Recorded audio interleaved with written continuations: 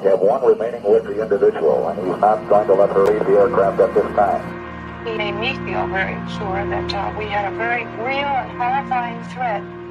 We don't know who he was, where he came from, or where he went.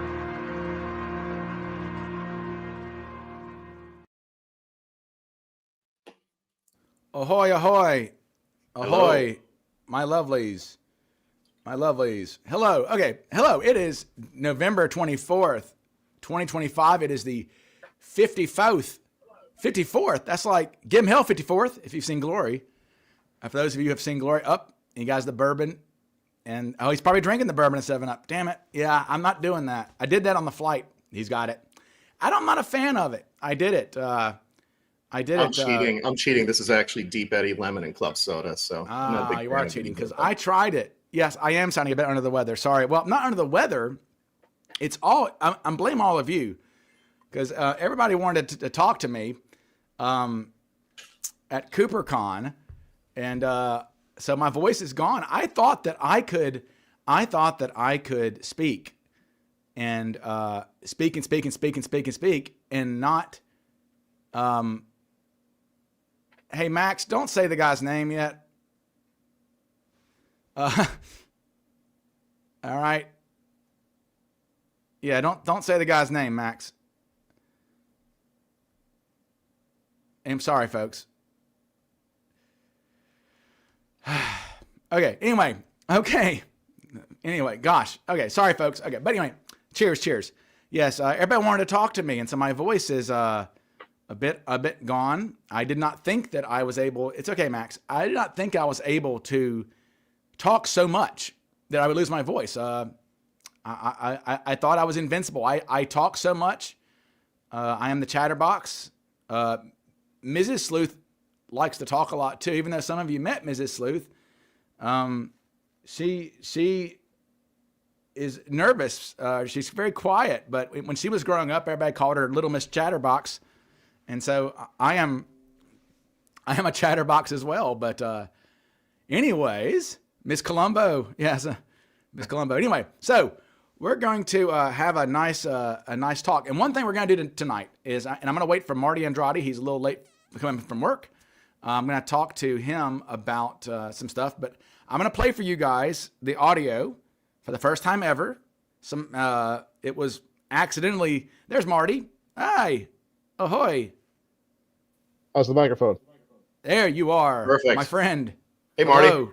Andrade. Hello. They might have that Seinfeld. Hello. Hello, Jerry. Yeah, I know. I was teasing Mrs. Sleuth because because she speaks so softly, because she was nervous around everybody, that everybody had to lean in to like listen to her. And I was like, there's a Seinfeld episode about you. I'm the low talker. I was like, Low talker and the close talker with Judge Reinhold. Yes. she's the low talker. But anyway, I was telling everybody that that what we're going to do tonight is I'm going to play later on the audio from Flight 305. And then I'm going to release it as a video, I guess, a standalone video for my YouTube channel later. And I'll do that, I guess, tomorrow probably. But I'm going to play it for everybody, though, because nobody's heard it unless you were at CooperCon. A perk of being at CooperCon is you got to hear that audio, which and Marty's heard it too. And Marty gets to do a victory lap, which he will explain later on. I know when I sent it to him, that was the first thing he reacted was, he says, I'm dancing around the room because Marty had an opinion about Cooper for a while that seems to be now confirmed. There we go. There you go. Yes. Easily to find on Amazon, and it doesn't cost $800 like the McCoy book. Yes. Finding DB Cooper. Yes. And but Finding DB Cooper written before Skip Hall became a suspect, sadly, because you could have had some Skip Hall stuff in there. We're going to talk Skip Hall. Packer gave a great presentation, like a really good presentation at CooperCon on Skip Hall, and he does have some breaking news on Skip Hall. And it's kind of hard to. Skip Hall might be Cooper, people. So we'll see. Let's hope. But no, let's hope. It's like I always joke about with the for those who've seen Waterworld, there's like this old guy who like is in the bowels of the ship with, he's like stuck in the bowels doing the oil. And like when the ship finally explodes, as the flame is coming towards him, he goes, "Oh, thank God." And so that's how I feel about Cooper. I'm like, oh, thank God if we can ever solve this. My favorite attack ever is when people say, "Oh, you're just grifted. You don't want it to be McCoy because keeping the mystery alive is profitable for you." And I'm like, dude, you don't understand. This is torture. This is hell we're in. Ryan, I know the documentarians from American Skyjacker interviewed you, and they set up like a little area, Marty, where they were interviewing us on camera for whatever they're going to do with it. I don't know. But they were sincerely asking us, like, do you want this case to be solved? And I don't know what other people were saying, but I'm like, yes, please make it stop. Let's find out who DB Cooper was. People are like, well, Ryan and John just want to make money off the conference. We're like, what money? What money? Lose money, right, on the Cooper conference. But yeah, you were missed, Marty. You would have liked to meet. Yeah. You would have liked. We had the McClellans there, who were the pilot of the mystery plane, which was cool. Which is, he had no idea, like until I called him a few years ago. He was like, "What?" I was like, "Yeah, man, your plane is like in documentaries and stuff." He's like, "Okay." For over 40 years. Yeah, because it first appears in Leonard Nimoy's show. That's right. Yeah, it was in, Drew Daniel talking about making no money on CooperCon. Our CPA says, as the CPA, I can vouch for that. We make no money on CooperCon. Now, did we do a lot better than last year? Absolutely. And when Ryan and I say we don't money, it means we're not paying for all of our expenses. And, people we want to treat like Bill Mitchell, who we're just lucky that Bill even comes. So for us to get him a hotel and those types of things, those are all additional expenses that we have that, Ryan and I figured we would be coming to the conference anyways and flying there to be there, whether we were running the conference or not. But that's what we mean, like when we say, hey, for us running it totally, it's, we're pouring everything back into the next year and the year after that, and we continue to pay our own most of our expenses for the conference ourselves. So yeah, it's a good morning or good evening from Sweden. It's not it's night. It's good morning in Sweden. It should be. Knurban. Yes, Max, it was good to meet you. Yes, the In Search Of was, I showed the video before the McClellans went on of the In Search Of clip where they have the little plane flying. And then I showed the part where the Rackstraw grift tried to incorporate that into their, like, that's how he escaped, right? His Rackstraw had a team on the ground. And of course, the question is, you're always like, DB Cooper, like, there's no indication that guy knew where he was. Like, they're just not, to meet a ground crew would require some kind of coordination. And like I said, I think that Cooper may have known at most what county he was in. Well, you'd need a bedsheet wingsuit too to hit the landing spot. So, oh boy, the bedsheet. I don't see Stuhlboom. I don't see Stuhlboom. I don't see our guy. Yes, Mark says, Mark would know. Mark's been to every CooperCon. Mark says the Vortex vacuums money. But sure, money well spent. And thank you, Mark, for being our benefactor, the happy hour sponsor, and being on stage. Mark and Sarah, it's always a pleasure and an honor to have them with us, especially with the amount of jumping experience and the legal experience that Mark brings to the Vortex. Yes, and I do want to give a shout out to also at CooperCon. Nicholas shows up from New Jersey with, I don't have one with me, but here. You probably can't see it, but it's a nightlight that a DB Cooper nightlight. You can't see it at all. Yeah, there you go. Back up on it. Yeah, but it works really well, and it is a 3D printed DB Cooper nightlight. So I told him he should probably. I bet he could sell those for like $20 a piece. And you probably can. I know you can, because just, Nicholas, if you're watching, DB Cooper, that image is that is government work product. It is, no one can license it. Okay, so it is freely licensable, I guess.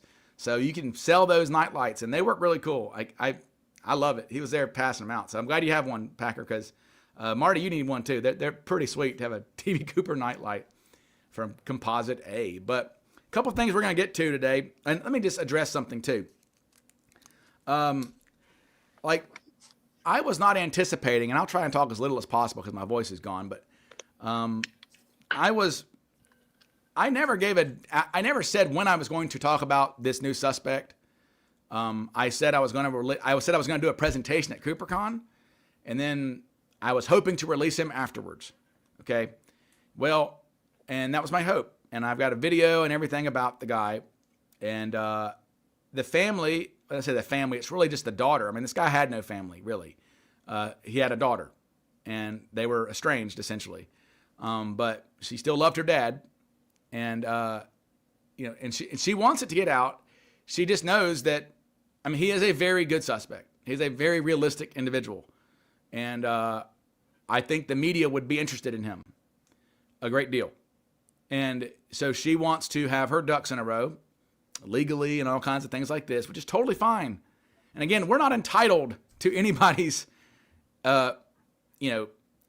ancestor being Cooper. We're not entitled to that. So, especially when you're that close, it's the child of somebody. We've had that happen in the Vortex a few times where we've had children of Cooper suspects who are like, my dad ain't Cooper. Shut the hell up talking about him. This is defamation.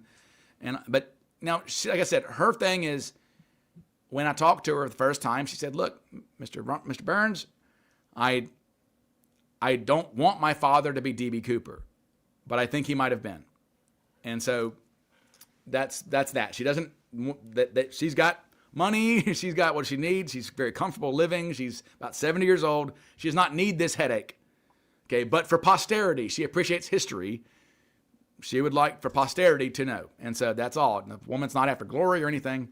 In fact, like I said, she was also, but anyway, she's been very generous. Her and her husband have been very generous with me. And so the timeline on when he's going to be publicly announced, I don't know, a month from now, who knows, 2 weeks from now, I don't know. But regardless, some people have been bitching at me about that. I'm like, look, I never said I was going to release him right after CooperCon. And to say that it was a gimmick to get people to CooperCon is absurd, because I don't think anybody came to CooperCon just for that. But anyway, I am disappointed because I did want to release him sooner than later. But the Skip Hall stuff is really kicking ass. So, John, you're doing the God's work on Skip. So now your second book on Skip, where are you at? Where are you at with that? Well, I put it on hold for the specific reason that I met 2 new family members this year, and the latest one was September.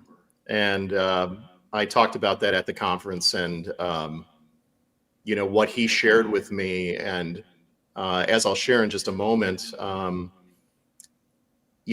he basically confirmed with me that Skip Hall was in the state of Washington in 1971, 1972. So because he grew up there, went to high school there. He's the nephew of Skip. Skip had one sibling, his younger sister by 3 years. And so I knew that they had moved to the Seattle area, but I assumed she went up there because she got divorced and met a new guy.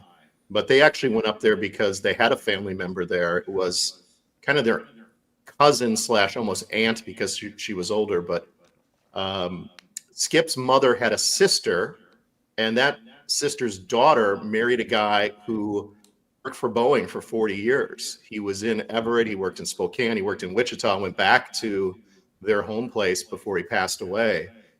But the whole reason why his sister moved up there was because they had family there. And they said, come on up here. She did. She ended up falling in love with a guy, got pregnant. He ended up getting divorced, was sued by his wife for distress, and it was in the newspapers and all those things, and got pregnant in 1970. And so this nephew that I talked to ended up having this little brother who was, he was almost like a dad to, because he was already in high school at that time, but they ended up having a very, very young brother who unfortunately has also passed away from her second marriage. But he confirmed for me that Skip had gone up there to help them move there, that Skip had gone up to, graduations. He was at his graduation in June of 1972. And so, we talk about spring, summer diatoms in 72 potentially and all that. So it just opens an interesting, again, another circumstantial checkbox that you can put Skip Hall in the state of Washington. And his nephew is a very credible guy because he was airborne and Army, and then went right into the Kansas State Highway Patrol until he retired, and was a law enforcement official. And there's a lot of post-Cooper Hall family stories that he has, because he was in the same state when the whole other side of his family was in the meth ring that they were running, then he was on the law enforcement side. So it's definitely a Dukes of Hazzard situation for him. But he specifically confirmed for me that, yeah, he grew up there in Sultan, Washington, went to Sultan High School, that they were up there because of the Chambers family, which was their cousins.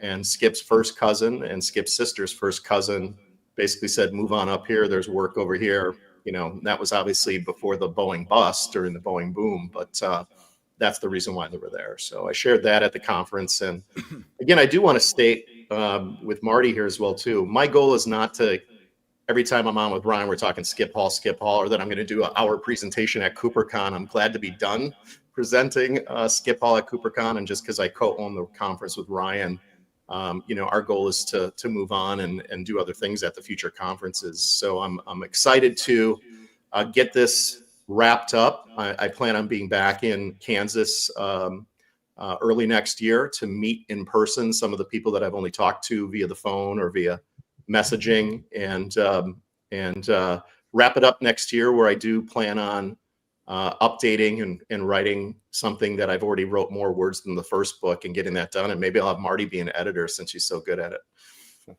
Marty is a good editor. I've appreciated his work. One thing, Marty, I wanted to talk to you about, you know, Tom Kay, when I presented this new guy, Tom Kay came out and shook my hand and was like, thank God for you and John and anybody who is like trying to get us better suspects. So, I mean, you've seen the guy that I presented, and you've seen Skip and these people. I mean, where do you think, is the Vortex doing better with suspects these days? Where we are now is fantastic. It's frustrating because the case has been just obstreperous. It refuses to be solved.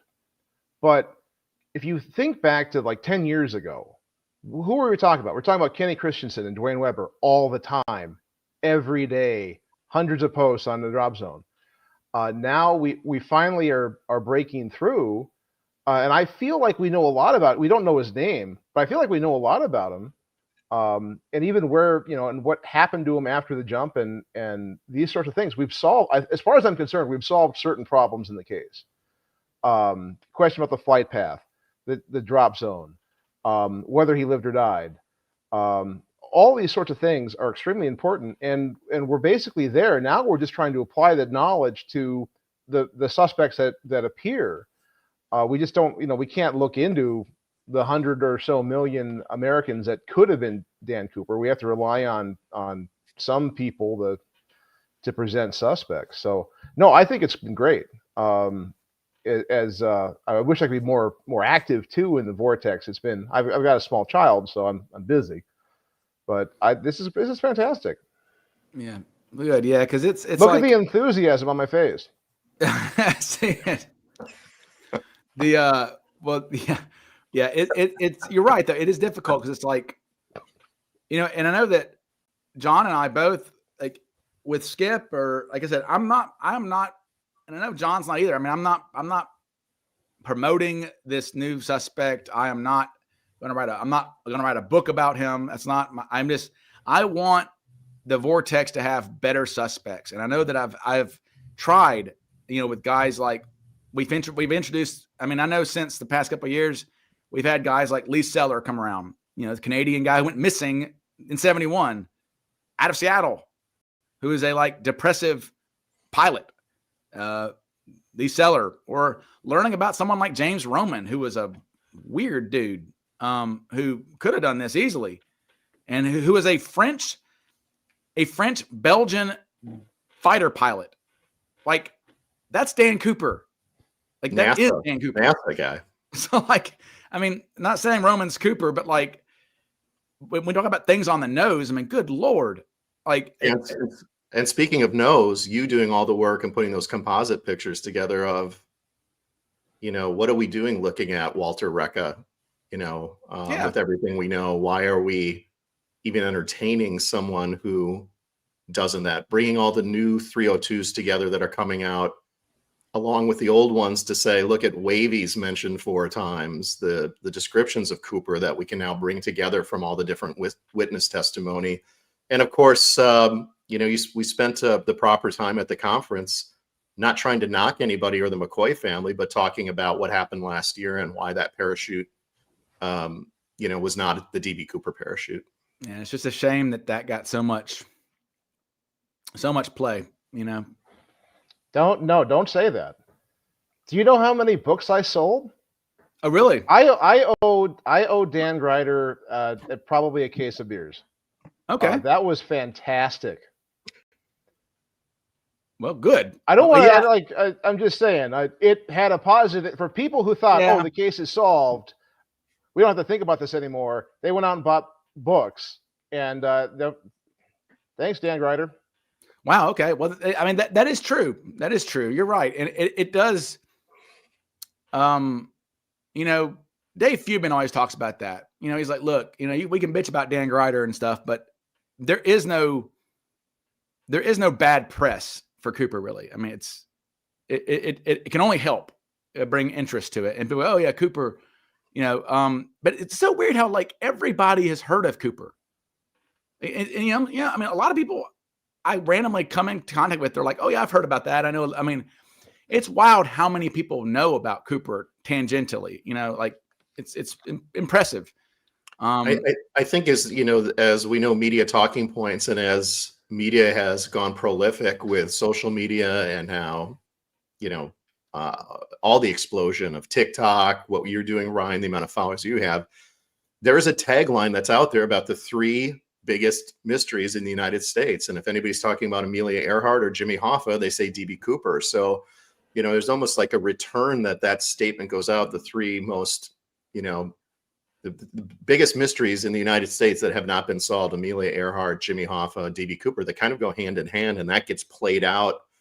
And of course, we had the Netflix and HBO and Tom Colbert. And so, you know, there has been a lot out there for people that are surfing Netflix that can find that on HBO Max. And that's where a lot of people are going away from traditional television. Well, let's jump in and talk about some of your, let's just jump into, I'll keep teasing you guys on the audio.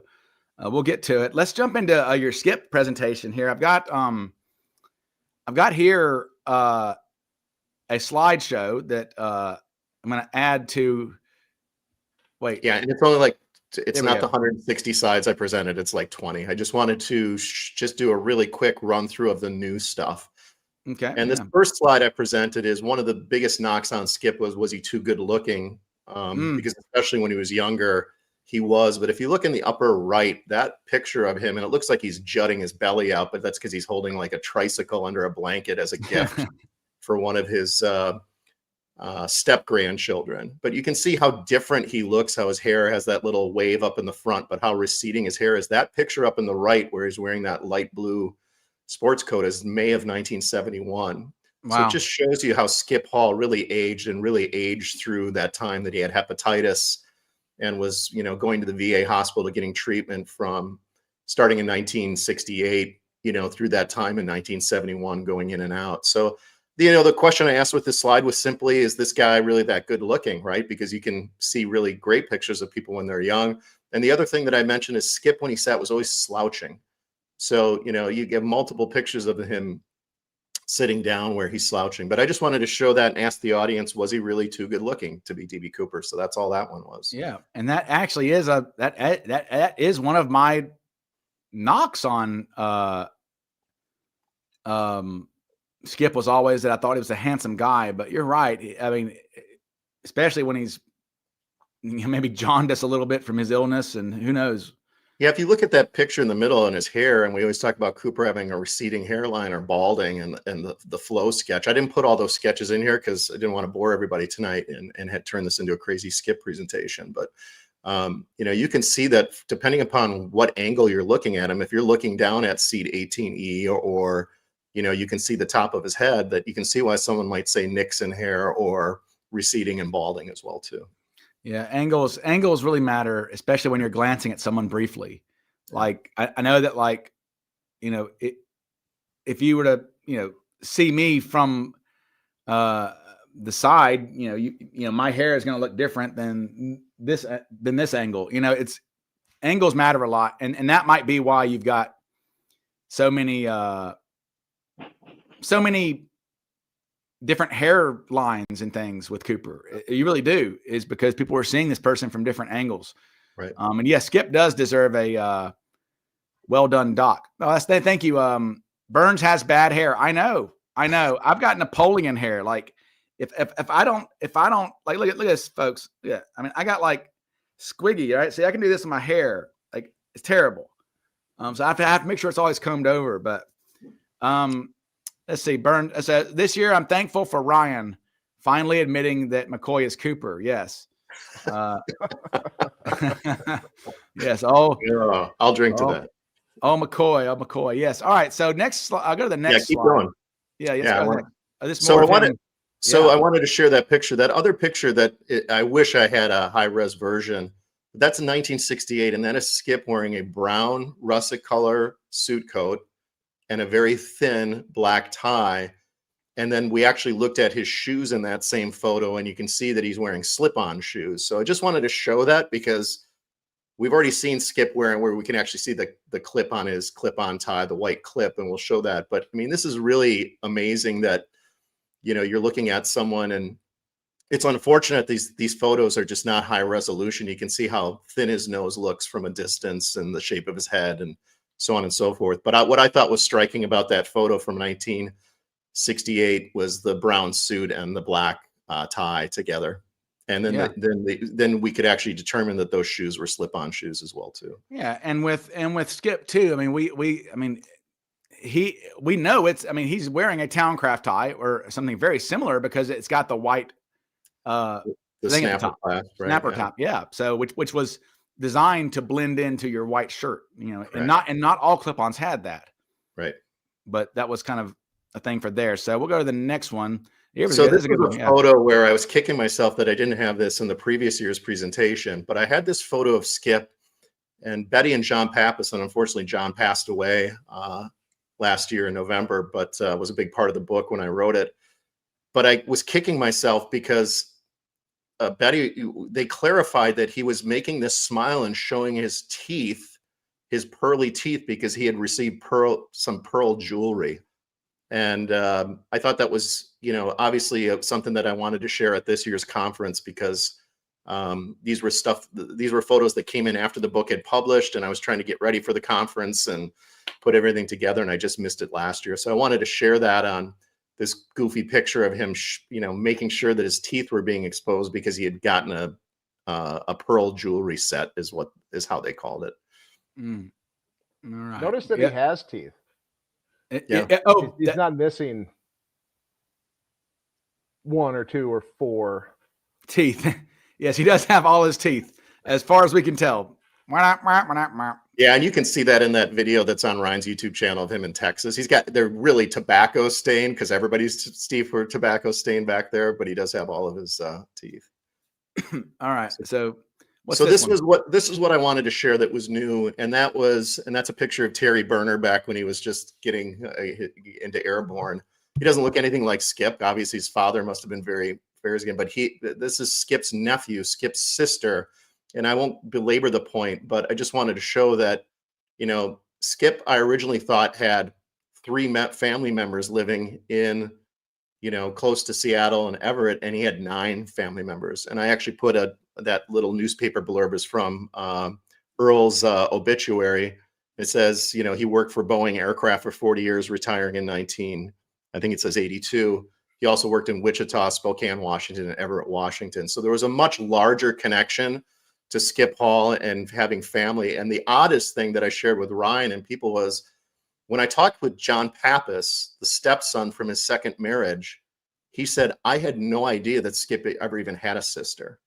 So this is a guy who lived with Skip in California, you know, and if you read my book, you understand, you know, how much John was connected to Skip. He was shocked to learn that Skip had a sister and that she lived in Washington. He had no idea. To even know, I mean, I had a stepdad, and I knew who his siblings were. So pretty wild to not know that. Let's see. And then, so Linda Featherhall is a family member. She's actually Skip's daughter-in-law, and her son Josh is someone who was the first person besides John Pappas who I got to know. But she was the one who confirmed for me that Skip was 1/8 Native American Indian on his father's side.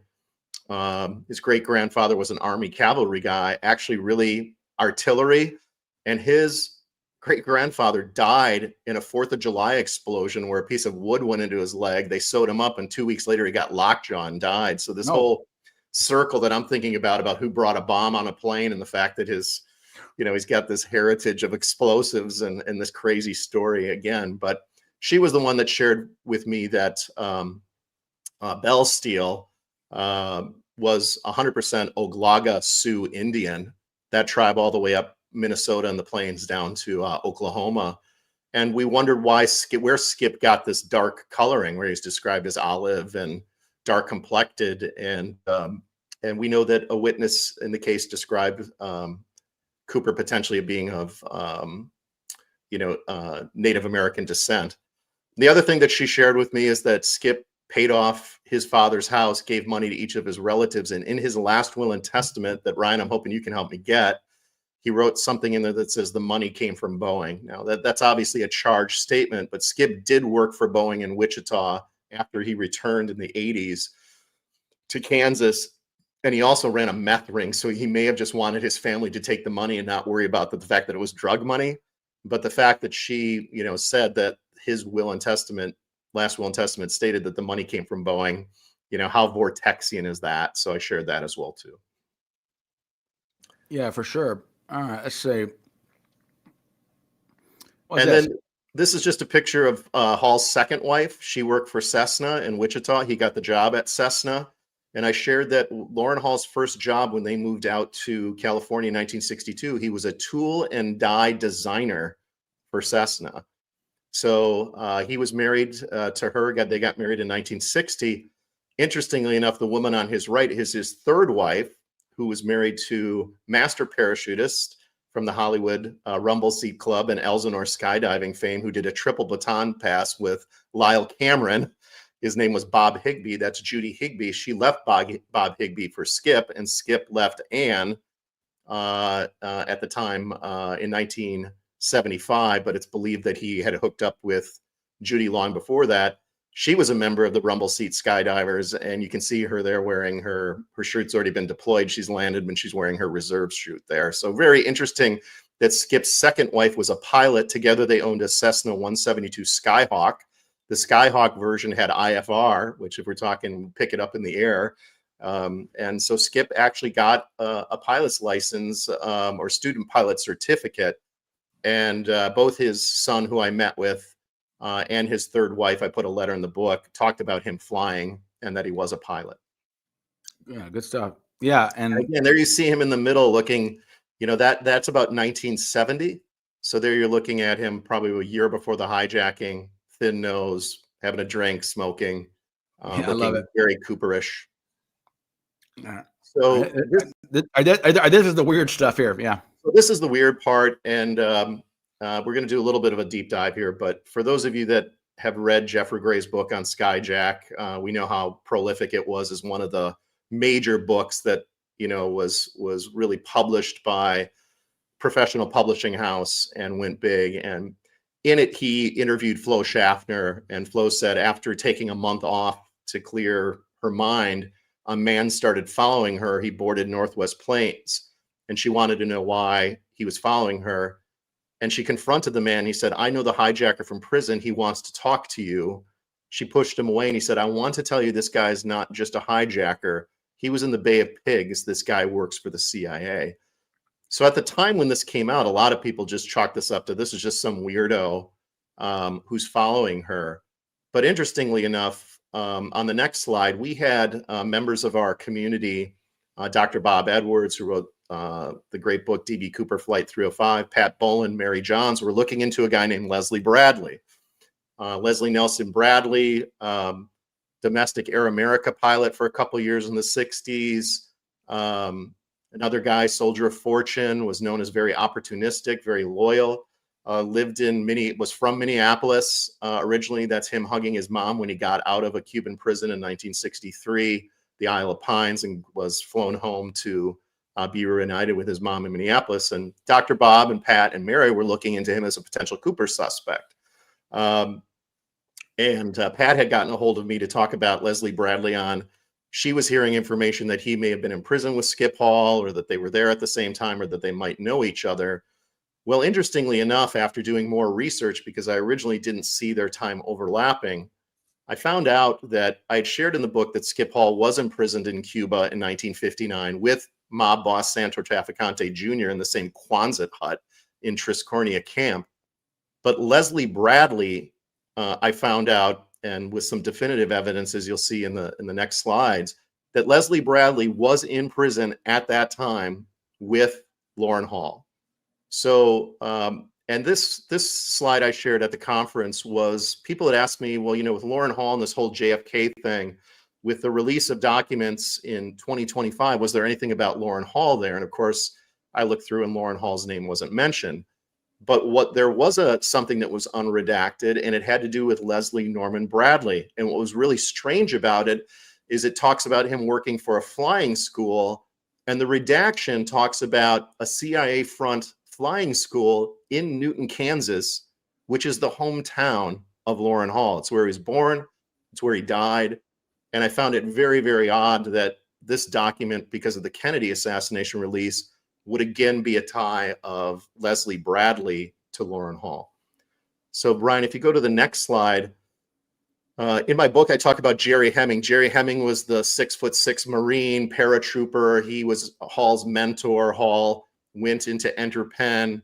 I showed photos of Hall at the location where they rigged parachutes on the streets of Little Havana in Miami at the conference. Won't go into that, but this is a YouTube video that Vince Palmyra, who's well known in the JFK community. He's probably the most prolific guy writing about this Secret Service and the JFK assassination. Vince is very well known in that community and very well respected. And he released this YouTube of, and this is Jerry Hemming basically stating on this video, if you look at it, that he went to Triscornia prison. He saw Loren Hall there. He says he was in a cell next to Santo Traficante along with Leslie Bradley, and again mentions Traficante, Loren Hall, and Leslie Bradley in that interview. So the reason why I mention that is because in Jeffrey Gray's book, he talks about someone saying to Flo Schaffner, I was in prison with him. He works for the CIA. And of course, I presented all the documents about Hall even calling himself a jackal for the CIA. And I was racking my brain on who could potentially be this guy if what Jeffrey said is true. And as I shared at the conference, I not only have Jeffrey's book, I have it right here. It's a great book. If you don't have it, you should get it. But there's an audio book of Jeffrey in his own words. And I wanted to hear him even talk about this, that he believed that he believed Flo when she said this. And so the fact that, why would Flo make up such an elaborate story that's meaningless to the case? Well, the interesting thing about Leslie Norman Bradley is he not only was a pilot, but he got his commercial pilot's license and ground transport license a week before the hijacking in 1971. And the question is, if his hometown was Minneapolis, did he do it there? And if someone was following Florence Schaffner onto planes and boarding them, might they be someone who could get into the airport easily at Minneapolis-St. Paul, where she was still working a month after the hijacking? Ryan and I talked about later in the year, she moved to Phoenix, I believe. Denver for Frontier. Denver for Frontier. But a month after the hijacking, she would have still been flying, going back to work. She would have been working. So who would be able to not have to buy a bunch of tickets and do potentially the Leonardo DiCaprio Catch Me If You Can? Who could get into the airport to do that, to potentially go up to her? My thought process is, I'm not saying that Hall, I don't know if Leslie Bradley, if Hall was Cooper, would be an accomplice, if he recognized the sketches of Hall because he knew him so well and confronted him, and then Hall brought him into saying, hey, I'll give you something if you make sure that one flight attendant who saw me with my glasses off. Anyways, I've written a whole new chapter about this. I want to first of all say thank you to Pat Mary Johns and Dr. Bob for looking into Leslie Bradley.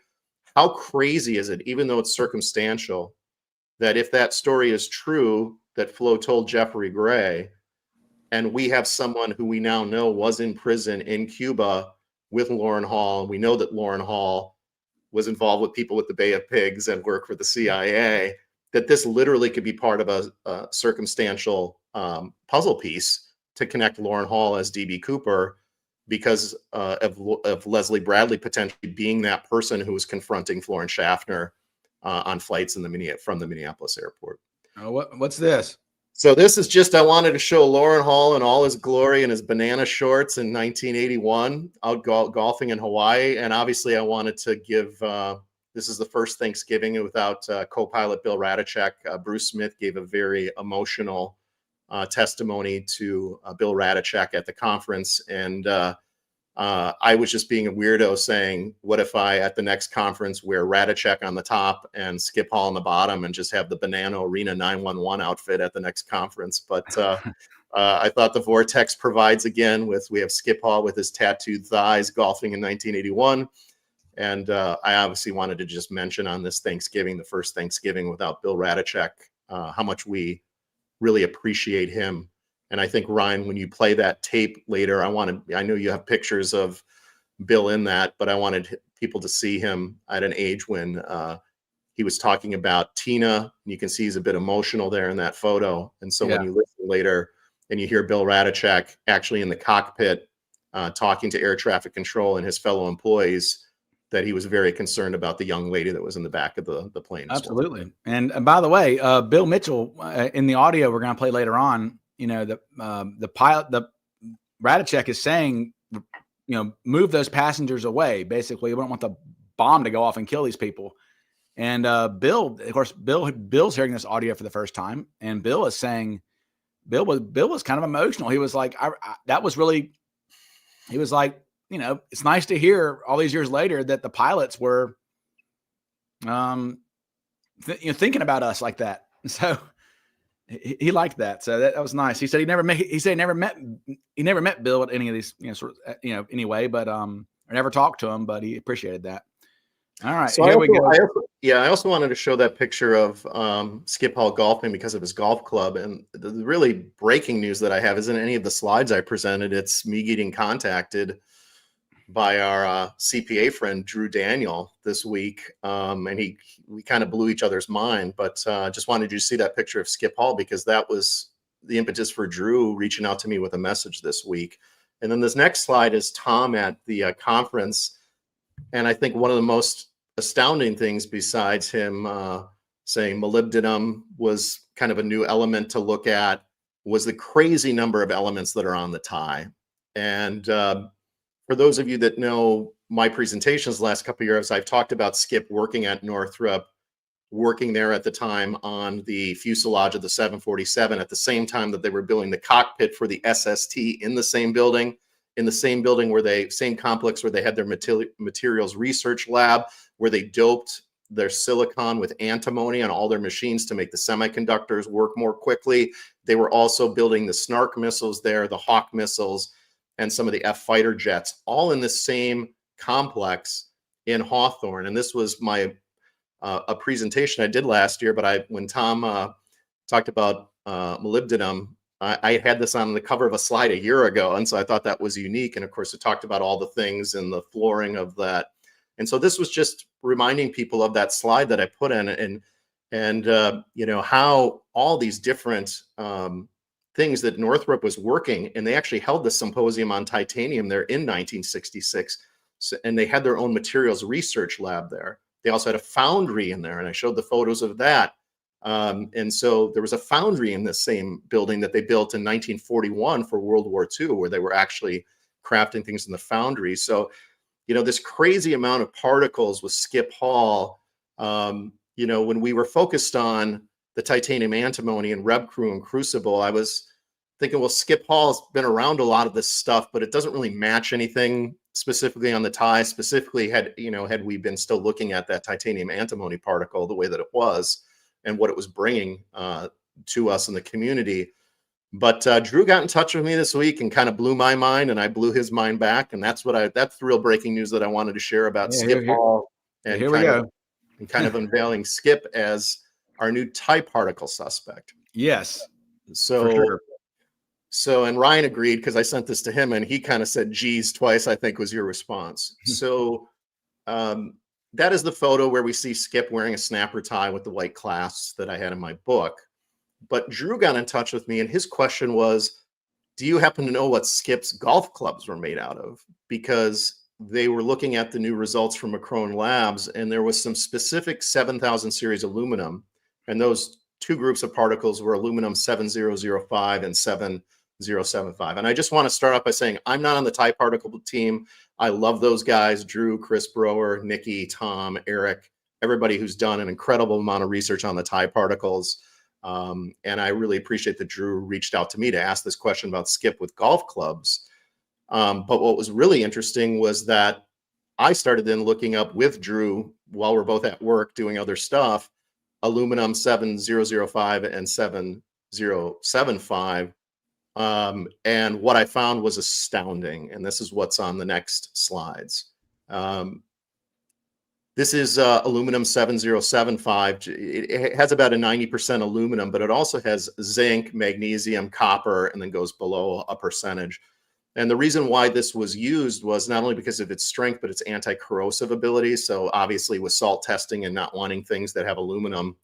But the 7000 series was not a widely used aluminum. I mean, we all remember that are my age, the steel beer cans before they went to aluminum, but there was a lot of different types of aluminum. But the aluminum 7000 series in the 1960s and 70s was very specialty, and it was, you know, specifically used in those areas that you saw on the previous slide. And so as we're looking for suspects that potentially might be DB Cooper, and we see 7005 and 7075 on the tie, and if we believe those came from Cooper and it was Cooper's tie, then you're looking for a very specific area where those may come from. Those three areas: the military, aerospace, or high-level sporting goods, bicycle frames, and most of those didn't come until after 71, and golf clubs. So just wanted to see people to see that makeup of 7075 on there.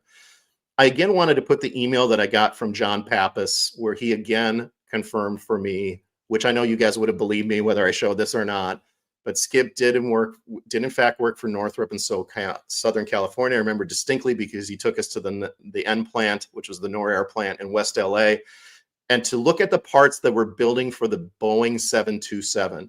Quite interesting at the time, but I distinctly remember his working at Northrop.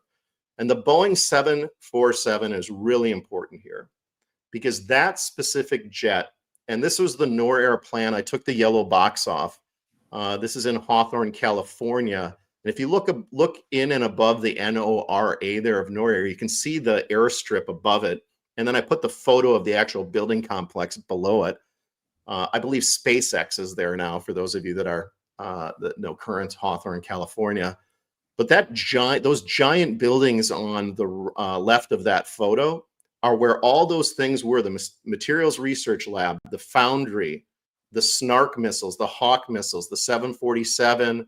All of those things were in that specific area there. And that's where Skip Hall went to work, 1968, 1969, and through two layoffs as well, too, when Boeing cut production on the 747 there. It's also where they built the two prototype cockpits of the SST.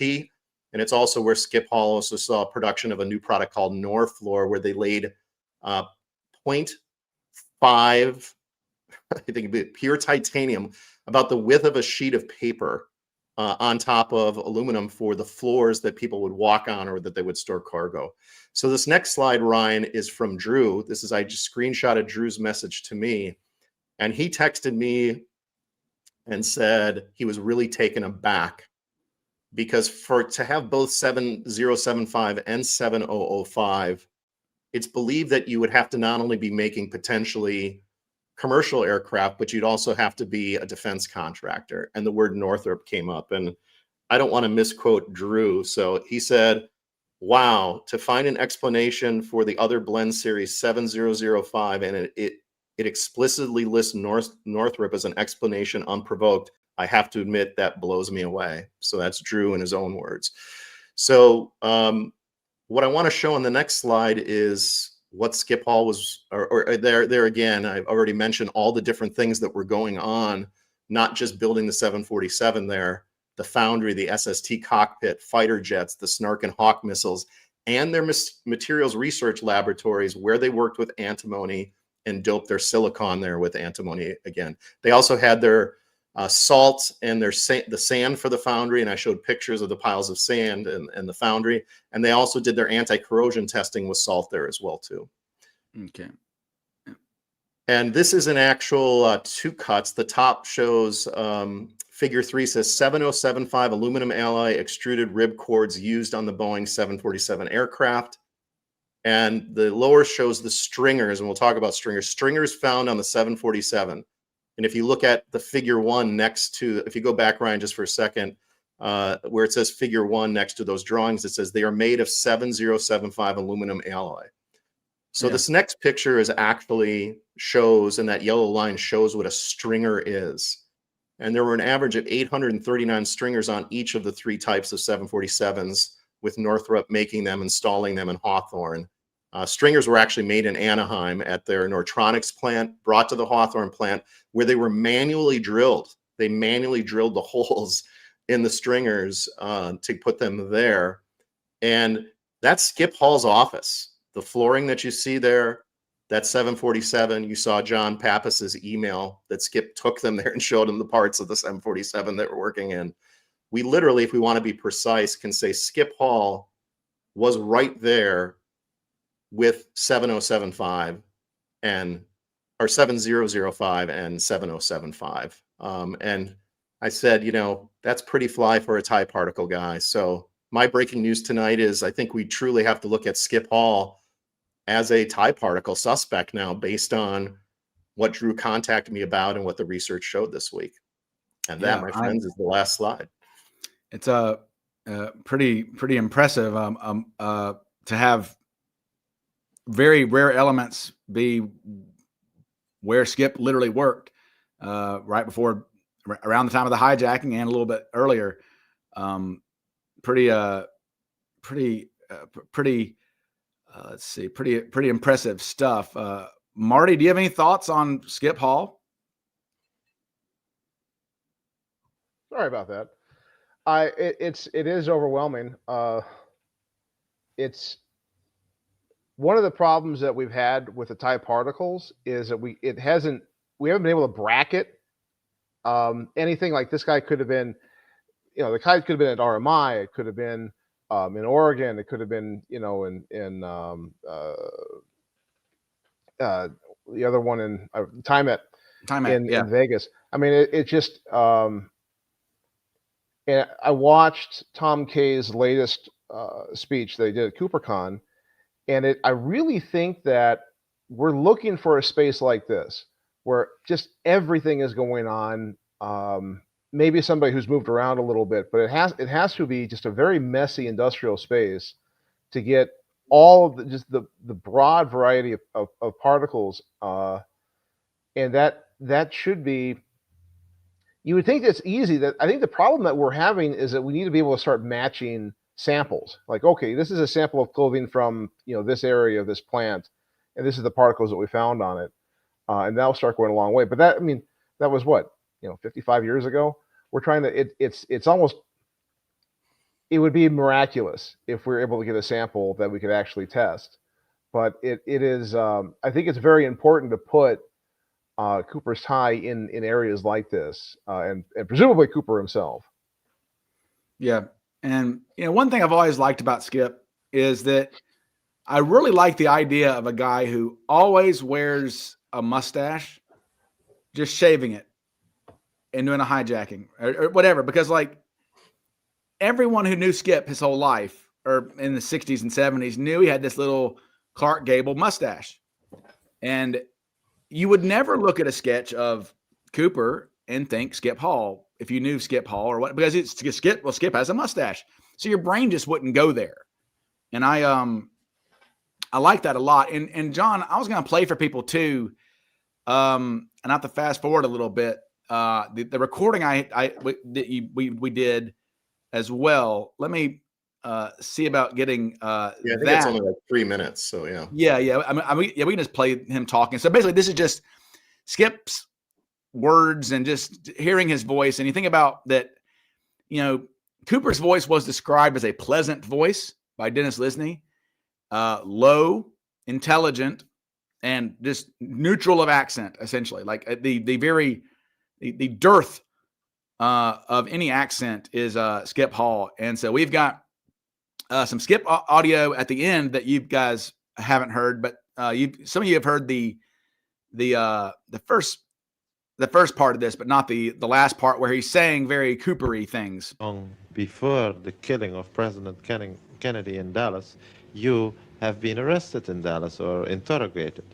Yes, I had hauled a load of arms in a trailer from Los Angeles en route to Miami, Florida, or en route to the Keys so we could make our raids into Cuba. And we stopped off in Dallas and deposited these arms in a home in the Dallas area. And that was Mr. Logue's home? I'll say that I deposited the arms in a home in the Dallas area. Yes. You were actually imprisoned? Yes. For how long? I was in jail, I think it was for 2 days. How did you get out? Mr. Logue bailed me out for $5,000. Now, why would he do that? Well, number one, he had some things of mine out at his house. Oh, yes, we discussed that before. He was a friend of mine, and he wanted me out of the area. Are you still in contact with Mr. Logue? No, I'm not. Why would that not be? Because I'm not in contact with anybody from Texas. You give the impression that you wouldn't like to go to Texas at this point. Well, if I wanted to commit suicide, I would probably go to Dallas, Texas. Can you tell us about your meeting in Mr. Logue's office in Dallas about soliciting funds for Cuba? Pardon me. Yes, I was in the office. There was 5 other gentlemen along with Mr. Logue and myself. It was in the office. And we were talking about donating $2,000 apiece towards a $20,000 fund so that we could form a government in exile, a Cuban government in exile, and for pulling raids in Cuba. And one of the gentlemen that was there that was in the trucking business stated that rather than donate $2,000 for the raids into Cuba and for forming a government in exile, he would rather donate to a $50,000 fund and have Kennedy's head blowed off. He aimed this towards me. I got up and told him that I wanted no part of it, that I might break the Neutrality Act and pull raids into Cuba and fight the communists, but that there's no way that I would ever murder anybody or have anything to do with it. I am a Cuban freedom fighter. I am here bringing to the American people a 2-part message. Number 1, to tell a story of what I saw, lived, and breathed concerning Cuba and the actions of our government. Number 2, to try to awaken the mass of citizens of the United States to the treacherous dealings in which our government has betrayed not only the Cubans, but each and every American. Like someone ought to put a bomb in his plane. Like someone ought to put a bomb in his plane. And then we'll get the list of those who should be assassinated and let them go do the job. Do the job. He had been kicked out of the States. Mexican appearing, but dark complexion. 5'11", probably weighed around 175, 180 pounds. So, yeah, so just cool. It's cool to have a Cooper suspect saying words like "do the job." Nice to have some circumstantial evidence there, or using words like the states, or it's just neat to hear that, But so yeah, in fact, as far as audio goes, from the time period, I could be wrong, but. And Marty, maybe I think that, I mean, unless you consider E. Howard Hunt a suspect, I don't know of any Cooper suspects who we have audio of their voices from the time period. Do you know any, Marty? Well, Dwayne Weber is one who I think is eliminated based on his audio because he's swearing and his voice has a pretty heavy accent. Yeah. And that was from Darren's podcast. Yeah, he's like, "Hey, girl, you shut up, girl." Yeah, he's got a. You're right. We've got Weber speaking. Gosh, I can't think of anybody. Oh, we've got Gossett. Well, we've got Gossett for sure. Yeah, older, not at contemporary. Not contemporary. Yeah, I guess that's Sheridan Peterson. Right. Yeah, we've got them, but not audio Lloyd. from the time period, which is Right. neat to have audio from them. Rackstraw. Yeah, I always have to bring up my suspect grid to always try to make sense of. There's so many damn suspects. I always have to bring up my little cheat sheet here whenever I think of the suspects. Is this the one? Let me see. Make sure I'm not, because I could always miss somebody. Oh wait, that's not it. We do have James Roman talking from the time period. That's true, right?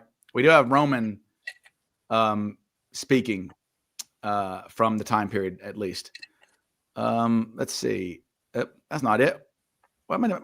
That's weird animations there of those guys. What am I doing? Sorry about that. Was anyone ever able to isolate the audio on McCoy on that news footage of him? No. He's supposed to be talking. He moves his lips. And I've listened to that. No, he says, it's embarrassing. Let's face it. But there's no audio of that. I mean, because I want to hear what this guy's voice sounded like, because everybody's always, talking about, McCoy's weird voice. But yeah, we don't have that. And let's see. I'm looking. We got Roman's voice from back then. Don't have Braden. Whoever interviewed Braden for Ramparts probably recorded some audio. I'd love to hear that. Got Skip, Kenny, Lakich, Cooper, Kofeld. No, that's going to be it. So really, yeah, the only contemporary audio we're going to have of anybody is going to be. Roman. there's a lot of E. Howard Hunt from his testimony. Yeah, E. Howard Hunt, Roman, and I guess Skip. Really, but. All right, folks, let's get into the meat and potatoes. We got 158 people watching, which is good. We're going to play here for the next 12 minutes here. Okay, so just a backstory here. So we can't give too much information on, I know people go, you're holding out. But look, I mean, we work this stuff, so we don't want to burn sources, okay? When people give us good stuff, you don't burn your sources. And yes, there is a person who has 3 hours of the DB Cooper hijacking on audio. Okay. And that audio even includes sounds. I'm almost certain at this point that audio includes the pressure bump. It includes, we are experiencing oscillations. Okay.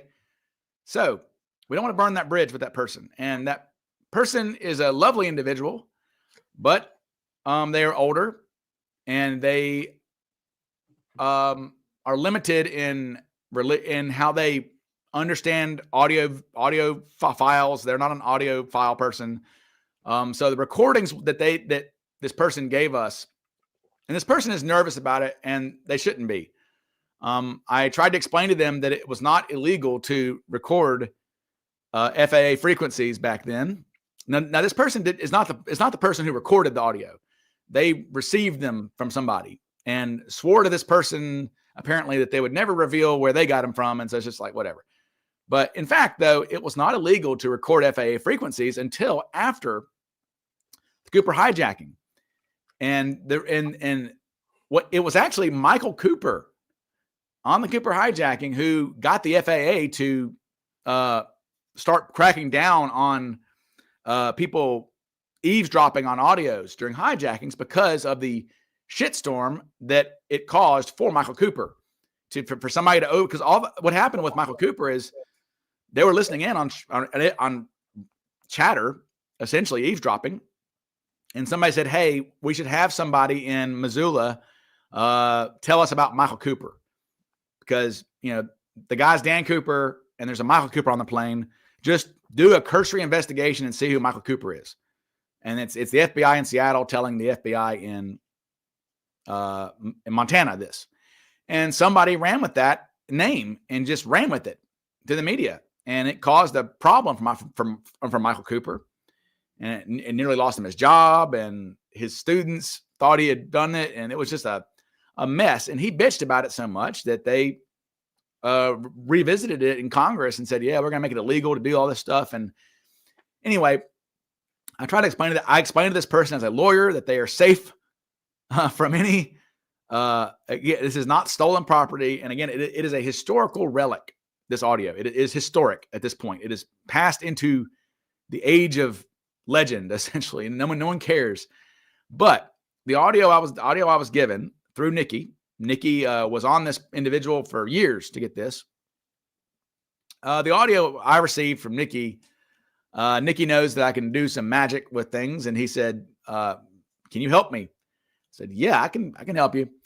And now it took me about a week this person only gave us about 40 minutes of audio out of the 3 hours that they have. And what they gave us was scattershot. It starts probably about 6:10 on the ground in Seattle, 6:10 p.m., ends about 8 p.m. right after they take off. And I was only able to restore about 12 minutes of listenable audio. And what you're going to hear is mostly the pilots talking to the Seattle Tower, which are the guys up in the big tower, and also talking to Paul Soderlund back in Minneapolis, who was their aviation wizard guru guy. So you're going to hear that. And sometimes you don't hear responses. Let me just go ahead and tell you, I think what this audio is, in my opinion, because nobody recording at home on like a headset or whatever would be able to pick up the frequency to the Seattle Tower and also pick up the frequency really quickly with Minneapolis. Okay. It just doesn't work like that. So what this is, I think, is Northwest did a splice of audio. What this is, Northwest took the audio from Seattle and they took their own audio from when they're talking to 305 and spliced it together. And we know this is true. I'm pretty sure, because in the FBI files, they make mention of a splice recording they did to try to sync up when Cooper jumped and all kinds of things like this. So I think that's what this is. And this individual did have some connection to Northwest. This person knew Sheridan Peterson, which is interesting. But anyway, the audio is interesting. And you even pick up Al Lee every now and then. One time you pick up Al Lee, and I thank God. I thank the Vortex gods, which I don't thank them much, because they are Old Testament bastards. The Vortex gods. They are not pleasant. Okay. They are mean gods. But they were generous in this one occasion, because if you're ever going to hear Al Lee say something in the hijacking, it may as well be this. But you'll hear Radachek talking to Al Lee a lot. Al, and you don't hear Al's response. So there's a lot of there's like some dead air where Al was communicating with the flight crew, and you just don't hear it. But you can definitely hear the frustration they have with the refueling process, which they really did begin to think that that games were being played. If you recall, people, that it should take one truck about 15 minutes to refuel a 727. Just one. Well, the first fuel truck only puts on about 3,000 pounds before it gets a vapor lock. Second fuel truck shows up and gets a frozen fuel nozzle. Third truck shows up and it only has 300 pounds in it. The plane requires 50,000 pounds of fuel. Third fuel truck only pulls up with 300 pounds. So, and also it took them an hour. The second and third fuel trucks took them an hour to get out to where the plane was. They just didn't know that those trucks don't drive out to that part of the runway. It was a cluster F, but around 6:10 or so, the first fuel truck jams up and they go, get us another fuel truck. And it doesn't show up. The other one doesn't show up till like 7 o'clock. The second and third one, but you'll hear their frustration. And I do love you'll hear Radicek bitching at them because remember the third fuel truck only put in 300 pounds because that's all it had in it.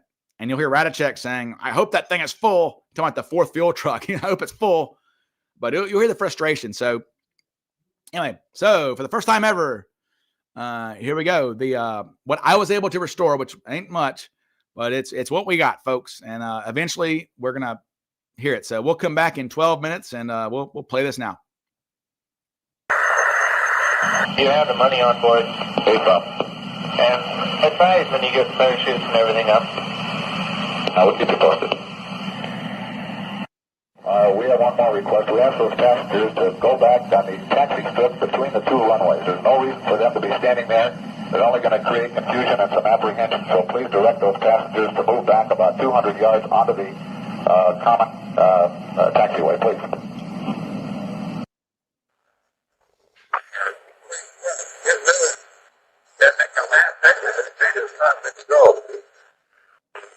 Right now, that's our contingency plan, but that's why we want everybody back away from this thing so that we're the last ones to go if that situation arrives, that opportunity avails itself.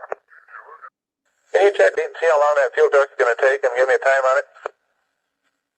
You're talking about Mexico City, You're watching those people. I think if we get them away from the airplane, then it give us a chance if we have to. If we can't get this thing fueled, we're all going to have to run to it. So we're trying to get them alerted to this possibility. So we get the people out of here, then we wouldn't have to worry about them. Okay, we've been advised that the passengers will be allowed to take a bus to the terminal, and you can advise Al, if he doesn't know already, that they should stand fast back there and wait for ground transportation. Anyway, so we can be sure there's no people on that runway, or we can have lights on, whatever, but just to check the runway and be radio controlled on this frequency. They need that second fuel duct. Can you tell us how many pounds the first test put on? He's not 3,000. Problem trying to figure out the configuration he wants to fly it in.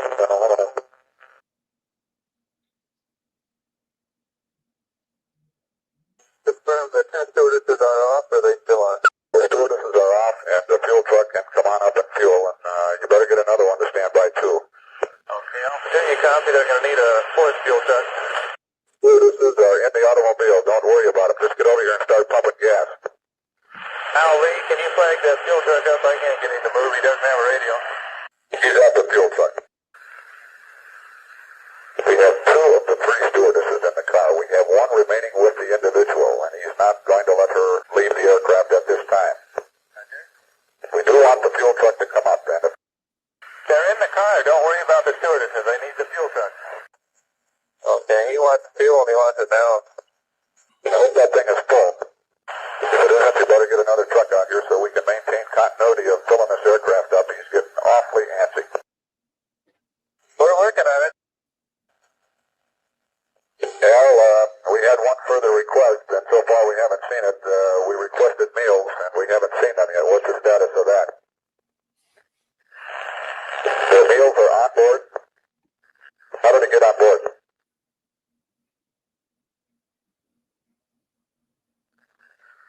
That's contrary to what's going on up here, Al. He's not going to let her come off right now, and we're trying to work out a way that we can get her up here somehow before we go. Right now, he wants her to sit back there with him during takeoff and not to go forward to the first class section. We've got a long way to go, and he's getting antsy, and that's our problem right now. Now, we've only got 26 grand. We're just half done with the refueling. And we want to ensure that we've got continuity of trucks coming out here so we can maintain this fueling. I'm going to have to go unpressurized because he wants the gear down for some reason. He wants to find. He seems to know a little bit about an airplane. He said we'll have to go unpressurized, so he seems, I don't know where he picked that up. He said we'll have to go below 10,000.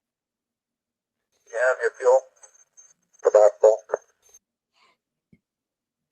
That possibility, I gave you a little while ago, it is a possibility that it was the same thing used in reference to an Air Canada flight after the parachute.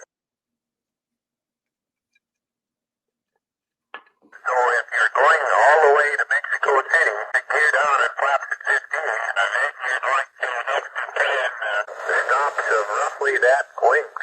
After your first leg, you're in the middle of the first leg, obviously you'll be able to calculate, or you'll be able to observe what the actual fuel flow is, and we'll know a heck of a lot better than we can tell you at this moment.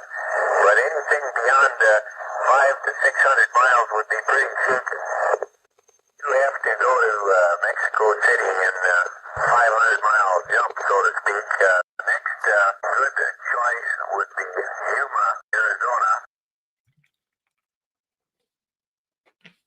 Now, fuel truck is up. It's there, has been removed. We're going to now leave the area.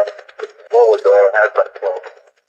The app door is open. He has deferred, or he has agreed to allow us to take off with the chair in a full upright position. And we're now ready to get underway. We just called up and said to get the show on the road, and so we're going to have to take our flight plan in the air, Paul. That's okay. You have a couple of alternate possibilities short of Reno, so you're not on too bad a ground there, and we'll keep you posted as best we can. Okay, sir. Thank you. I'll look for something to happen here. You go ahead and pull out. We're gonna get her cranked up here now. So we'll see you later.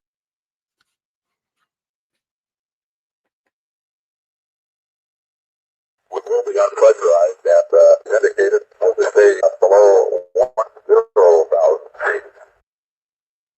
Paul, thinking out loud here, but I suggested to the departure that they get us out over the coastline and head us in a southerly direction. So if possible, we might be able to dogleg like again over a Georgia mountain through the Reno area.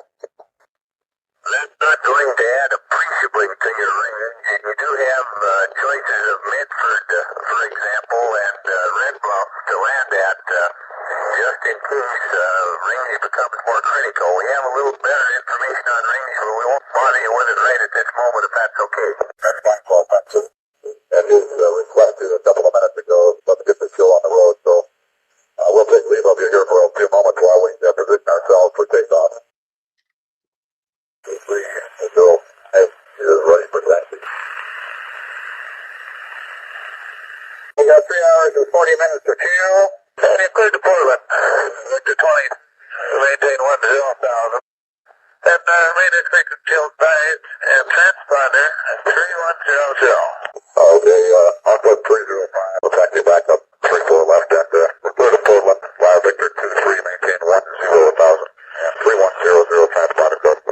305, checking on the map, Victor 23 all the way south, the highest Mocha is 10,000. That looks about like the best to get you down Medford and then go all the way into Sacramento.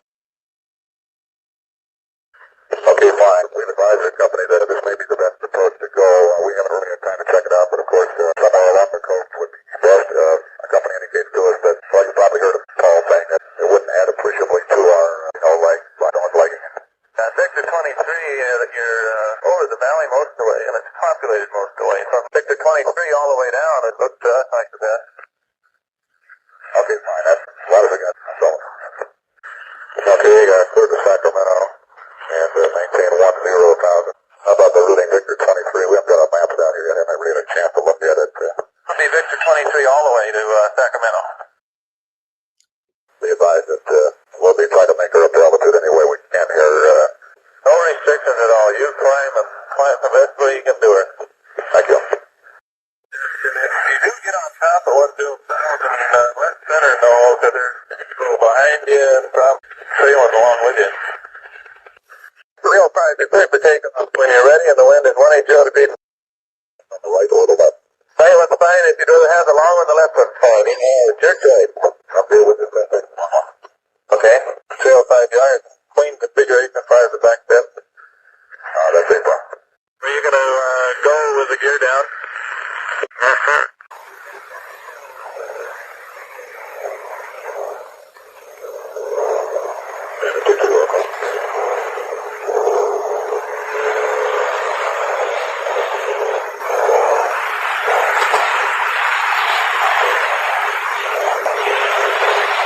We're going to have her about down at 160 knots. We can't give you a fuel flow figure yet, but we're holding 160 indicated, which is approximately 5 knots above the flat bug, and we're holding 7,000 feet, indicating, let's say, 160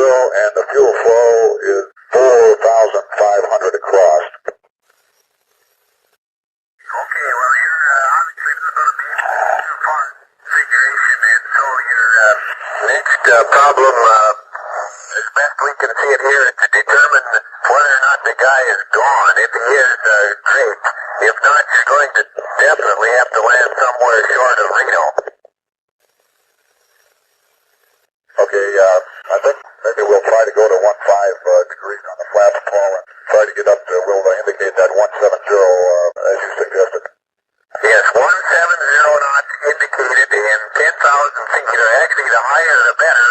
With your oxygen mask on, of course, which is not a half bad idea if you got the cabin real high, if you read me.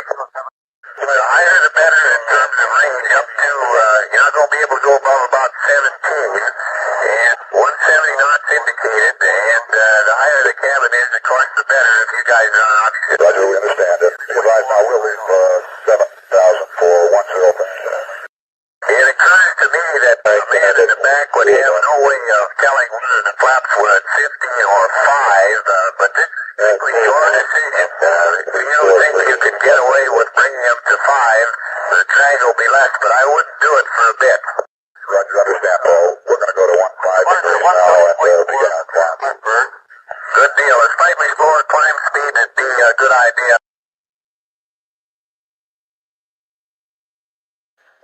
In our discussions now with Miss Bucklow, she indicates that he has the knapsack around his person and that he apparently is planning on egressing through the aft stairs with the money knapsack around him and 2 of the chutes. That's his intent. And because we presented him with a series of alternatives or alternate cities in lieu of Mexico City, that he may well be leaving us at any time, if not already, because he was not concerned. He did not become argumentative after we told him that Phoenix was out and San Francisco was out and Reno would be the first alternative. So.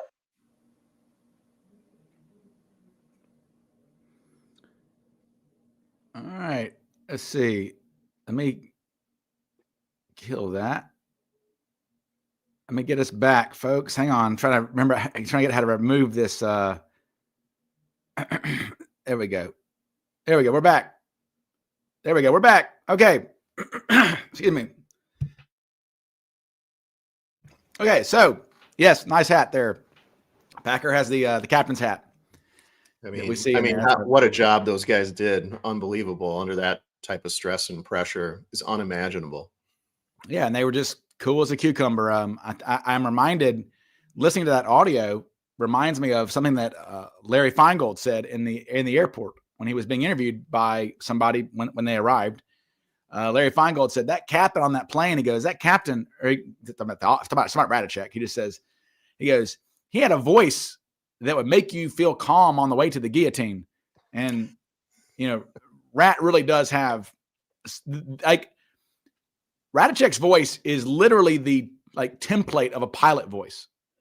Like, you couldn't invent a pilot voice more than him. Like, if you told me that all current pilot voices are a Bill Radicek impression, I'd be like, oh yeah, sounds right.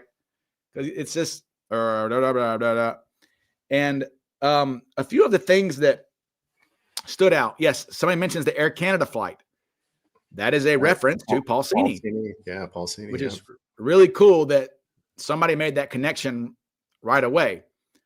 For some reason, the FBI did not make that connection right away. They did eventually. But again, I am a Paul Cini copycat guy. I know Marty is not really. I think Marty still thinks the Elsinore Ghost might have some traction there. Correct, Marty? Well, that is, yes. That is my opinion. Yeah. Because we had a long podcast on that, didn't we? Yeah. Was it last year? Yeah. On the Elsinore stuff. Yeah. Who knows about that? So I think the biggest takeaway and what solves a major problem in this case for people like us who are so pedantic about it is Tina describing Cooper as jumping with 2 of the chutes. Well. The money bag and 2 of the chutes, right? Money bag and 2 of the chutes. Yeah. Now, just to backtrack, when Radicek says knapsack, Radicek never solved the bag. So Ratajkowski didn't know what the bag was. He just assumed it was a knapsack. So when he says knapsack, that's just Ratajkowski assuming.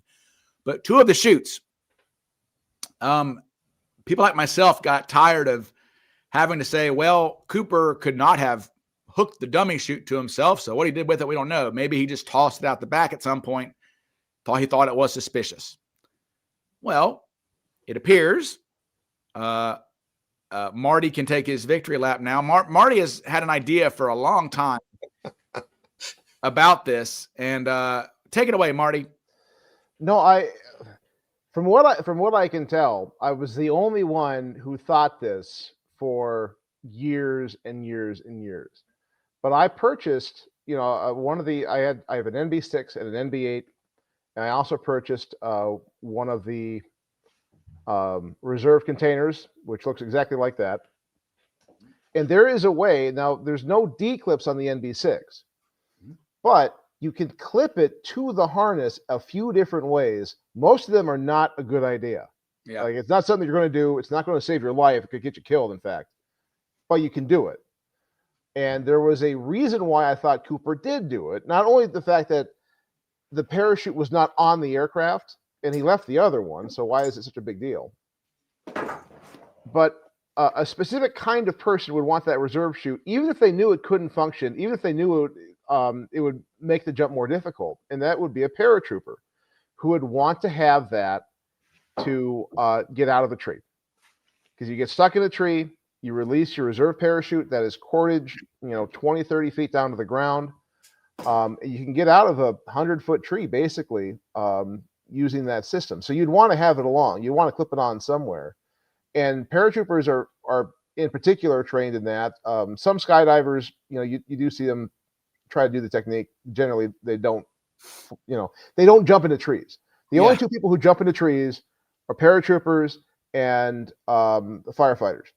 Smoke jumpers. Yeah. Especially if there aren't cape wells on the chute, at which we know there weren't. Right. Yeah. And so yes, as Marty's saying, yes, if you are, like I said, if you are stuck in a tree, as he said, you're sitting there and you're stuck in a tree, what do I do? Well, you pop it open and the canopy will fall out and will just go down to the ground. And then because this is tied, it would have been tied in Cooper's case, because this is like tied to your harness, you can, hold on to the shroud lines, because the thing pops open and the shroud lines are just going down. Hold on to the shroud lines and wiggle out of your harness. And because your harness is stuck in the tree, harness and canopy are stuck in the tree above you. And if this is attached to your harness, well, then you can wiggle out and this stays with your chute and you wiggle down. Okay. And so that is a paratrooper trick. And talking to Mark Meltzer, who Mark Meltzer's in the chat. Mark was taught to do this by Perry Stevens, which is great, who is a Cooper tangential Cooper thing is Perry Stevens. But Perry Stevens was a paratrooper in the war, and he taught Mark how to skydive. And Mark actually asked his buddies who are contemporaries of his recently. He messaged a few of them who were older skydivers. He says, "Did you guys know this trick?" And they go, "No." So, it wasn't taught to skydivers unless it was taught by someone who would have known this trick from the old days. And remember, there are no recreational skydivers in like the 50s or so. It's not some at the very, a few got into it, but like anybody training you to do this is going to be somebody from the old school, a paratrooper or a smoke jumper. Marty, would you agree with that? Yeah. And what's important is that this eliminates a certain kind of suspect. It eliminates a cargo kicker or anyone in a flight crew, or someone like Mac, who might be familiar with the parachute, because they wouldn't be thinking about this particular technique, and they certainly wouldn't try to, hook a reserve onto their belt buckle or whatever Cooper did, right? Right. So that's a nice bracket as far as I'm concerned, because now we have the kind of training that Cooper must have had, and it eliminates just a lot of people that were otherwise pretty plausible suspects. So someone either has to be a paratrooper or has to have that training or are very familiar with these techniques. Yeah, I agree. Yeah, it's interesting. Certainly it would not. Yeah, I don't know how well. I mean, like you said, it speaks to a paratrooper or a smoke jumper or somebody who was trained by one of them, because it's not an intuitive tactic. Like I have lived with NB6s and things for a while. I mean, I've got them in my office, got several of them up there. I've played around with these things a lot. And that is the first time my brain ever was like, oh shit, you could do that, couldn't you? It's not like an intuitive thought, in my opinion. That's not something your brain would just think of.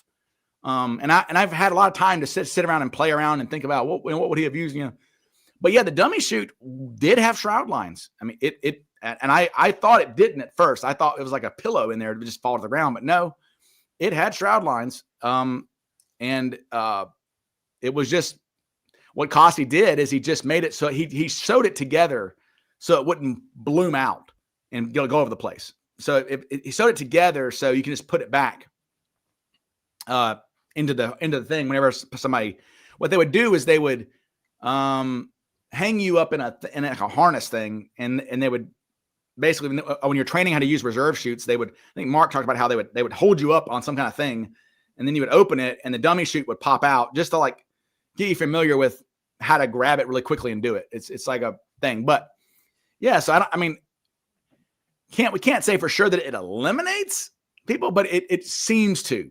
It seems to at least gravitate toward a certain sort of person who is older school.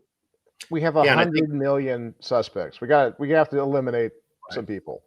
Yeah. At a certain point, we have to draw a line and say, okay, thus far, no further. And I think, to be fair, we're listening to something for the first time that we just heard the last couple of weeks, but you literally have someone talking to what the eyewitness told him in the cockpit.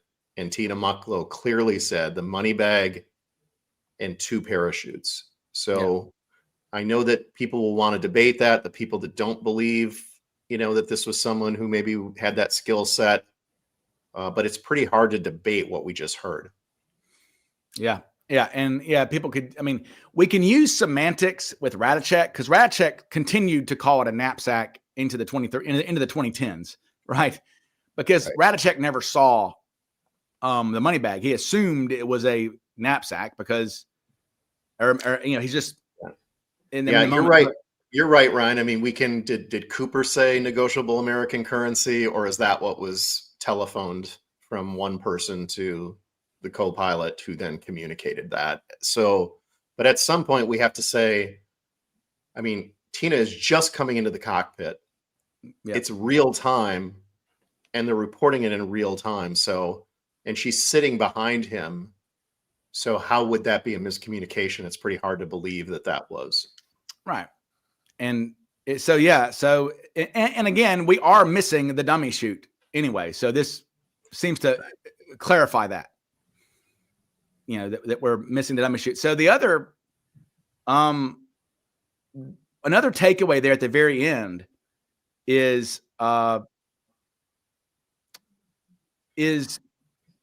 they seem to deduce that Mexico City was a bluff pretty early on, because he was not argumentative about the refueling stops.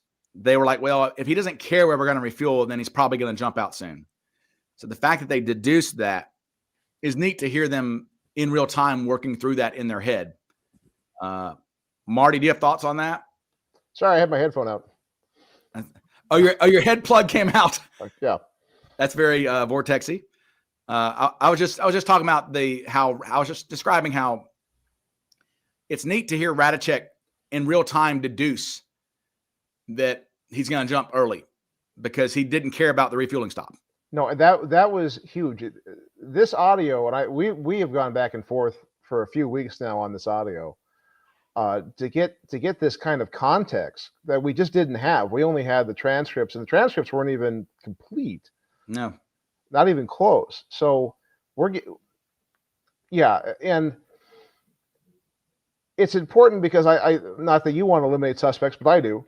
And I think it eliminates suspects who would want to jump further south, who, the whole theory about exchanges between the cockpit and Cooper, going back and forth, trying to negotiate, trying to Sacramento, Reno, Yuma, They were, you know, it was a flea circus, and they were seeing the fleas of the flea circus, and they weren't there. Yeah, and yeah, they're not arguing. He said like, he just doesn't care. Yeah, and it is interesting. I'd like to hear that, you know, which cities Cooper proposed. It seems like Phoenix, in my reading, is the only one that he was really like, can we do Phoenix?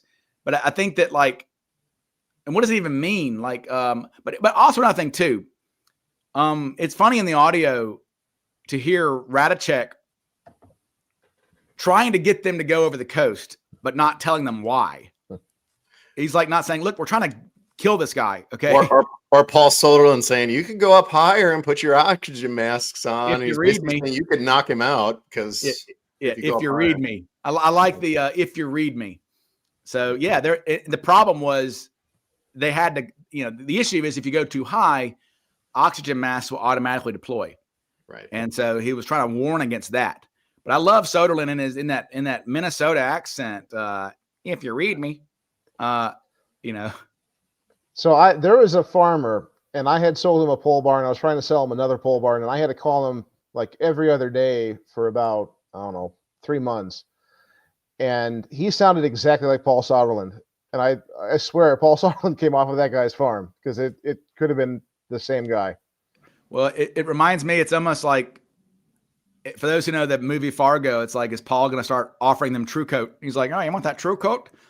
Yeah, it's like, he's like William H. Macy, darn tootin', you know, darn tootin', the hijacker. But isn't it great to hear Al Lee say, let that son of a bitch go? Like, it was like great. And that was the first indication I had that that the transcripts are wrong, right? Because in the transcript, it's got him saying, get the girl and let this parachutist go. And that line always like, who the F says parachutist? And then I saw in the radio in a Seattle Times article from that night, a guy was like in real time basically writing this. It was the very first article on the hijacking. The guy is like, he's eavesdropping, and he says, somebody says, get the girl and let this son of a bitch go. And I'm like, so he says, son of a bitch. And now to actually hear it, and it's the one time we hear Al Lee. It's like, yes, because to actually hear it's really cool. The other thing, like I said, the Paulsini audio was neat to hear that little nugget of Paulsini being mentioned. To hear Scott just so subdued. Demure almost, yeah. It just demure, just like, yep. And like, he's like, the guy says, are you guys going to go with the gear down? He's like, yes, sir. Like, yes, sir. Like, yes. Meanwhile, we say demure, but Scotty was, I mean, he flew crazy missions when he was in the military, and he was a bad ASS. I mean, he was a top flight pilot, yeah. But to hear his voice, he was very demure in the cockpit. Scott flew 62 missions in World War II. Yeah, I believe he had a crash landing in the Himalayas or something like this. I can't really, maybe Marty remembers, but something like that. No, yeah, he flew the Hump, which was, you know, over the Himalayas into China to support their campaign against Japan, and that operation had casualties almost as high as bomber aircraft in Europe did. Wow. They lost. I mean, they would lose 10, 15, 20% of their aircraft over the course of a tour. So it was serious business. I mean, they're just delivering cargo. They're not delivering, they're not bombing, Berlin or anything. It was tough. It was a very tough operation. And Scott did 61 missions. That's pretty impressive. Yeah, he was an impressive guy. And I learned that I don't think he was in combat at all. I don't know what war it would have been in, but I learned in Radachek's obituary that he was in the Air Force. I had no idea that he was a military pilot as well, which makes sense. But I had no idea that he was a military pilot. So that's neat. Anderson might have been too. We do know that airlines like to hire military guys for sure in the early days of aviation. We also hear Scott saying he knows a little bit about an airplane. Yeah. Which is which is really interesting because it's interesting because I for some reason I always thought that was a Radachek quote. Marty, wouldn't you have I thought that was in Radachek's 302. It is. It is. Yeah. I guess that's why. Well, Scott's 302 is like, I concur. And then he was done. Scott's 302 is like a page, right? I mean, less than a paragraph. Yeah. It's I'm with you guys. That's what it says. Whatever you guys said. And it is funny how I would like to talk to an airline pilot from back then or at any point. Radachek really ran the show, it sounds like. He's the one who's talking all the time. He's the one who runs his mouth to the FBI. You know, it's his 302s long. He's the spokesman for the crew. So like Radachek kind of like bullied his way into command. And although one thing that is interesting, we still hear Radachek talking when they're in the air, which to my understanding, in flight, whoever is flying does not handle the radio. The other guy does. And Rat has long said that he was the pilot, that he was hand flying the plane down V-23, which we know that they're on autopilot a good bit. But Marty, was that your belief that Rat was the pilot when they left Seattle? Well, because we have to go off of Rat's word, right? Because he's the one that gave that talk at the museum that we've all listened to, which is really good. But so we can't be sure. It is unusual. By the way, my dad was a UAL pilot, so we had discussions about this. It would have been very unusual to have Rat on the radio as much as he was, and also have be piloting the aircraft. That should have been Scott on the radio, and then Bill at the yoke, rather than Radachek doing everything. And that would be. I've always, you want to treat him right and just say, well, let's just take Bill at his word. And I that's my general attitude. But there were a lot of exaggerations in that talk, and it's possible that he wasn't. I go back and forth on it. It's I just don't know how to analyze it, because you weren't there, and you get different stories, and things are supposed to work a certain way. Like my dad thought that the autopilot shouldn't have been used. He was shocked that they were even using because the 727. Okay, this is going to get into the weeds. 727 autopilot was terrible.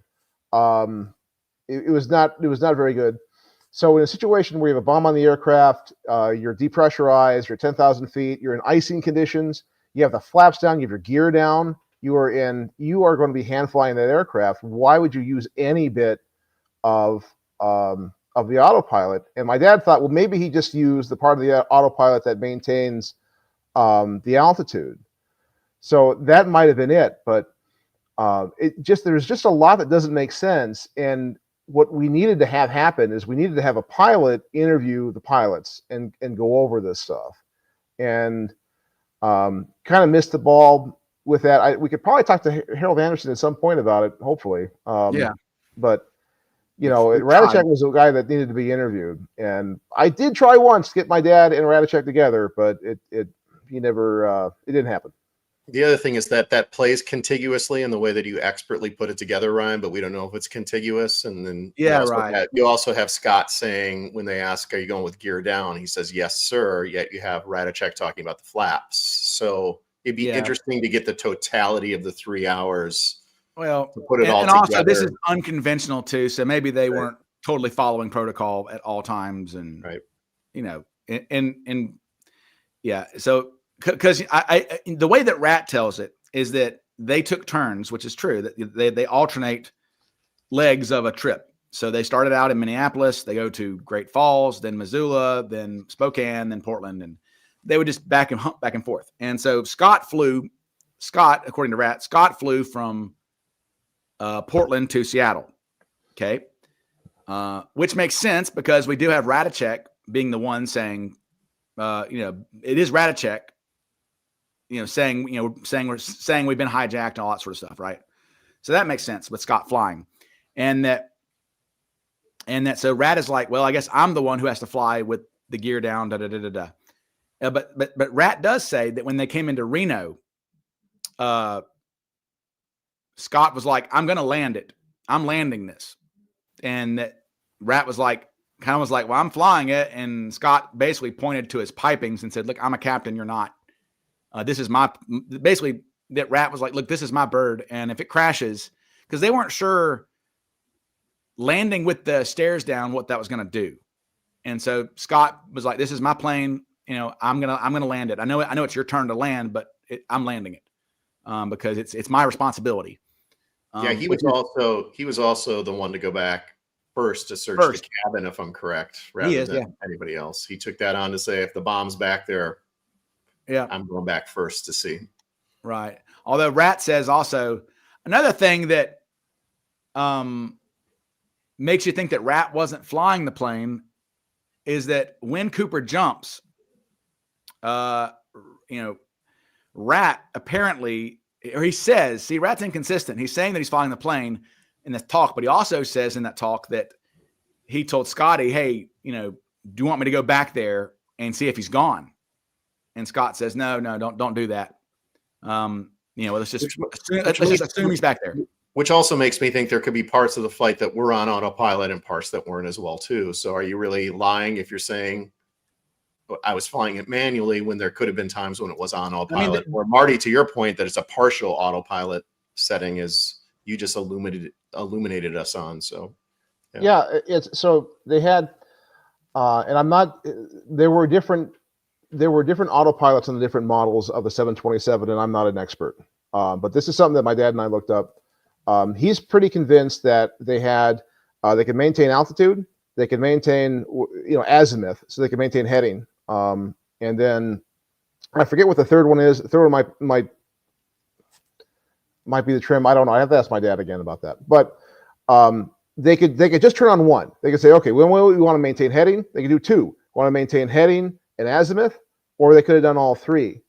And my guess is, just based on, because Soderlund knew it was on autopilot when he looked at the FDR. Yeah. Which means that he's looking. So we lose you. Hello. He's back. You're back. We lost somebody. It might have been me. Okay. Yeah. I think you cut out. Yeah, you guys blanked. But okay. So anyway, Soderlund knew that something was up. I don't know if he mentions exactly why he knew it was on autopilot in that FBI file. But my guess is they wanted to maintain altitude, and that's what they used. Because if you look at the flight path, he's not doing a great job maintaining heading. He's kind of all over the place. He comes off of the center line of Victor 23. So that'd be my guess. There really is no reason. Again, like I said, a pilot is not going to want to use the autopilot in that situation. It's just, we know that he's in a tough spot. Well, we know that at least when they got to the PDX, because they do in this map, you can see the orange there is the flight path. That's I colored orange over the caveman flight path black marker, right? And yellow is V-23, the highlighted. And you can see they're trying to follow it. They around Battleground, they're a little, west of it. But then you'll see this really big deviation, right? Where they go around PDX. Right there down kind of, down south there where it says Portland. That's PDX there. And you can see that, and so they do divert. So V-23 actually flies right over PDX. And they diverted around PDX. I'm not sure why. Not sure why they did that, but they diverted around it. So they would have been hand flying at that point. And that's another reason why I don't think, and they start making this turn around PDX, right around the Battleground VOR there, which is where that like little dog, that little hook there is in the middle there. And that's one reason why I don't think he jumped any further south than that, because if he had been jumping while they were doing their maneuver, their hand fly maneuver around PDX, that I think they would have remembered that. Does that make sense? Like they've been like, oh yeah, we were in the middle of our diversion around, when it happened. So I think that they would have that would have been a metric that they would have used to remember where he jumped. So I think it's definitely above Battleground for sure, or above that VOR, which I think that VOR is actually not in Battleground. It's like near Orchards, actually. I think maybe I could be wrong. Right. Well, so that one is west and actually a little bit north, if I remember correctly, from Battleground. Let's see. Yeah. It's it's actually. Is it west and south? Yeah. Let me upload this. Here we go. Well, I mean, but the timestamp map is going to have the VOR. So yeah, 814 right there is the Battleground VOR. So yeah, it's just north of Orchards. Looks like. I think that's what that looks like, right? Because yeah, you can see the little right at 814 is when they do that little turn. But then you can see they do that wide turn around PDX. So yeah, the Battleground VOR is it's actually in between Orchards and Battleground, which is probably like a little south of Brush Prairie, I guess. And Marty, it was interesting again to hear the McClellans talk about. And I wish I could show it to you. I'll show it to you later. I was like, yes, for my book. He actually gave me a copy of his logbook, which has him flying. It says, November 23, 71, Woodland. I'm like, hell yeah, man. Yeah. I'm like, I've got his logbook from where he's like, I wasn't flying on the day of the hijacking. I was flying the day before the hijacking, which is cool. I was like, hell yeah. But he was saying crazy stuff. He was saying stuff like they were on his ass big. What was the story he was telling John about? Like he was on a boat with Vern and the Coast Guard and FBI. Like they were on a boat somewhere offshore, and like the FBI and the Coast Guard pulled up on them. And there's like a week after the hijacking. I was like, "What are you doing?" Like, holy shit, And they were out and pretty crazy. And yeah, he was literally being treated like a prime suspect in the case. Yeah, and understandably so. Right. I mean, he's doing suspicious flying allegedly, and the drop zone literally. I mean, if you look at McClellan Field, McClellan Field is right in the middle of that drop zone. Like literally, it says McClellan Field on there, which is cool. John's got a T-shirt. Marty, you should have seen it. John's got a shirt, a Hawaiian shirt, right? Hawaiian style shirt of that sectional, of that yellow sectional. And so, like, somebody makes shirts of sectional. There is a company, we'll call it's pilotquarters.com, and they literally have the flight. They have Seattle to Portland T-shirt. It was like $90 and they had it on sale for $35. So I bought it. So go to pilotquarters.com if you literally want to have the flight path. And I said, the only good thing about CooperCon, because I'd love to have Eric Eulis come back, is that Eric wasn't there to draw a Western flight path on it with a Sharpie. So yeah, but it's cool because even that shirt has McClellan Field listed on it.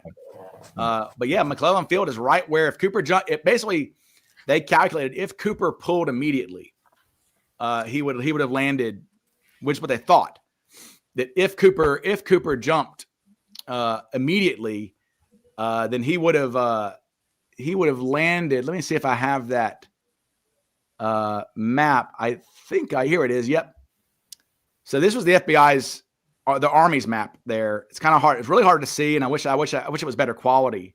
But in the middle there, you can see like a little red cone that is backwards or whatever cone. But like basically the middle of it is McClellan Field. So yeah, they were after him. I mean, they came up to his house. He had a bunch of like clunker cars he was working on, and they took crowbars to the trunks and never compensated for it. He said his wife was freaked out looking out the window, and there's guys with guns, like, hon, there's guys with guns.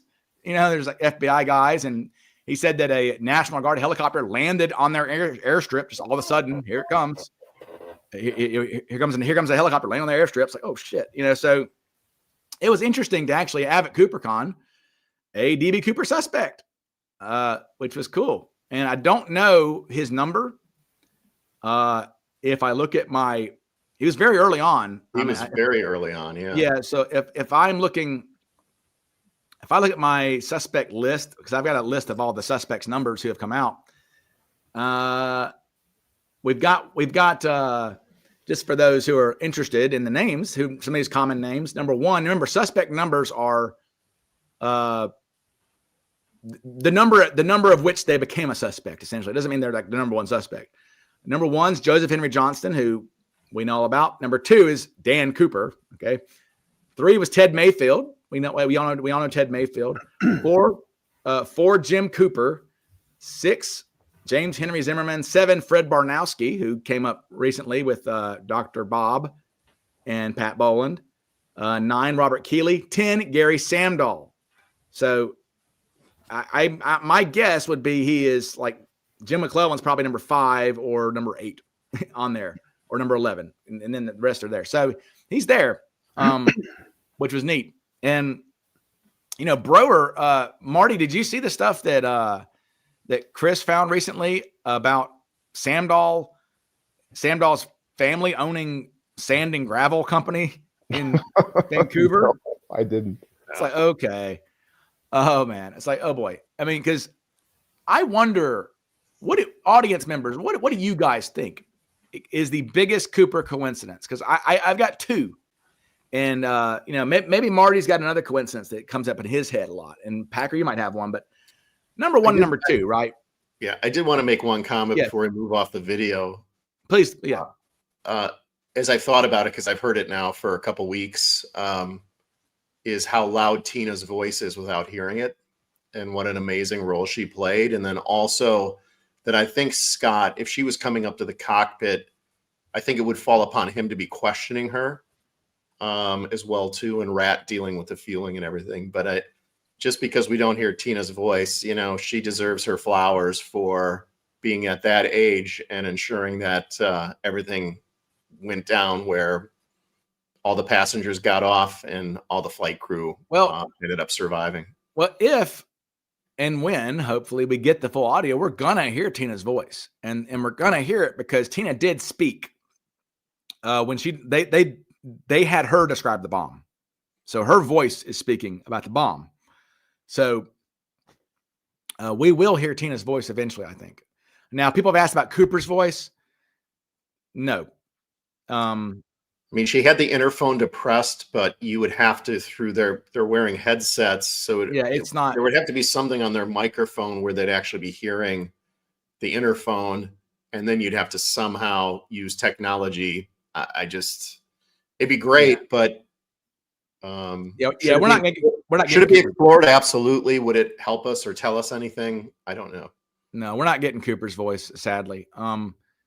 But you guys let me know which is more coincidental. The fact that arrested the night of that arrested in Longview, Washington, the morning of the hijacking, is a bank robbing 48-year-old guy who just got out of prison, who just took up skydiving and night jumps, and had just moved to Portland from Memphis, Tennessee, and he's caught in the drop zone that day. And is asking on his flight to Portland about how you would jump out of the back of the airplane. That's Samdahl. Yeah. Oh, sorry. Okay. Yeah. You're talking about Johnston. Yeah. Oh, Johnston. Okay. And then the other coincidence is Gary Samdahl, right, who the day before is on a Northwest Orient 727 in the cockpit as an air traffic controller saying, hey, do you think that you could lower these stairs in flight? And the pilots are like, we don't know. He's like, well, I think if you did, I could jump out with a parachute. And they're like, and they reported him because that was such a strange thing to say. So, I mean, and that was on a flight to Portland, a Northwest Orient flight to Portland the day before. A guy is saying, can I jump out the back? So, I don't know which is more coincidental. Neither of them, Jim Aurelian says, neither is the biggest coincidence. What do you think is the biggest coincidence in this case? Or how about the, you've also got the rental property, right, that was never used. We have this safe house, allegedly, in the drop zone that just nobody ever moves in. And what's weird, remember, is that the property owner told the FBI that the guy was named Jim Leepson, Jim something Leepson. Anyway, Benjamin Leepson. He said the guy's name was Benjamin Leapson, and he described the guy as being about 6'1". Now Ben Leapson's, I'm not Ben. Now the property owner, I looked it up. His draft card has him at 6 foot tall. Leonard Leggett is his name. Leonard Leggett is 6 foot tall, and he describes the guy who rented the property, Ben Leapson, as being 6'1". Well, when the FBI go talk to Ben Leapson, he's 5'6". So, okay, so it's not Ben Leapson who's the safe house guy. He just says he's Ben Leapson. So that's weird. All right. Mary John is right. And she says the 302s are full of these guys thinking about jumping from jets. But Sam Dahl is in the right place, right time to be asked about it. That is after Cini too. So yeah, and it's after, that's true. It is after Cini, yeah. So maybe, and he is an air traffic controller, so maybe he would have pay attention to the Cini story. Somebody says the Heisen store robbery is definitely a big one. I am still wondering if the Heisen store robbery is actually about the Casey store break-in, because the Casey store break-in was actually in the news. They did call the police. There was a police report. They did call the news, and the same items were stolen, essentially gloves and cigarettes and things like this. And so, Brian, we actually drove out there with Brad and Nicole Legg, and I think all four of us separately just said, this seems like it's too far east. Like the Heisen store. How could it actually be this far east? Well, and we assumed the Heisen store, here's the thing, the Heisen store is never named in the 302s. Right? It just says a grocery store 10 miles south of Merwin Dam. Yeah. But Casey store is actually, 8 miles or so west. It's southwest, a little bit. Right. But it could just be that the agent writing the thing says it's south when it's really just west, right? Because I just don't know why you would have two break-ins. And it's hard to get there. Remember, there's no bridges across the Lewis River. Right.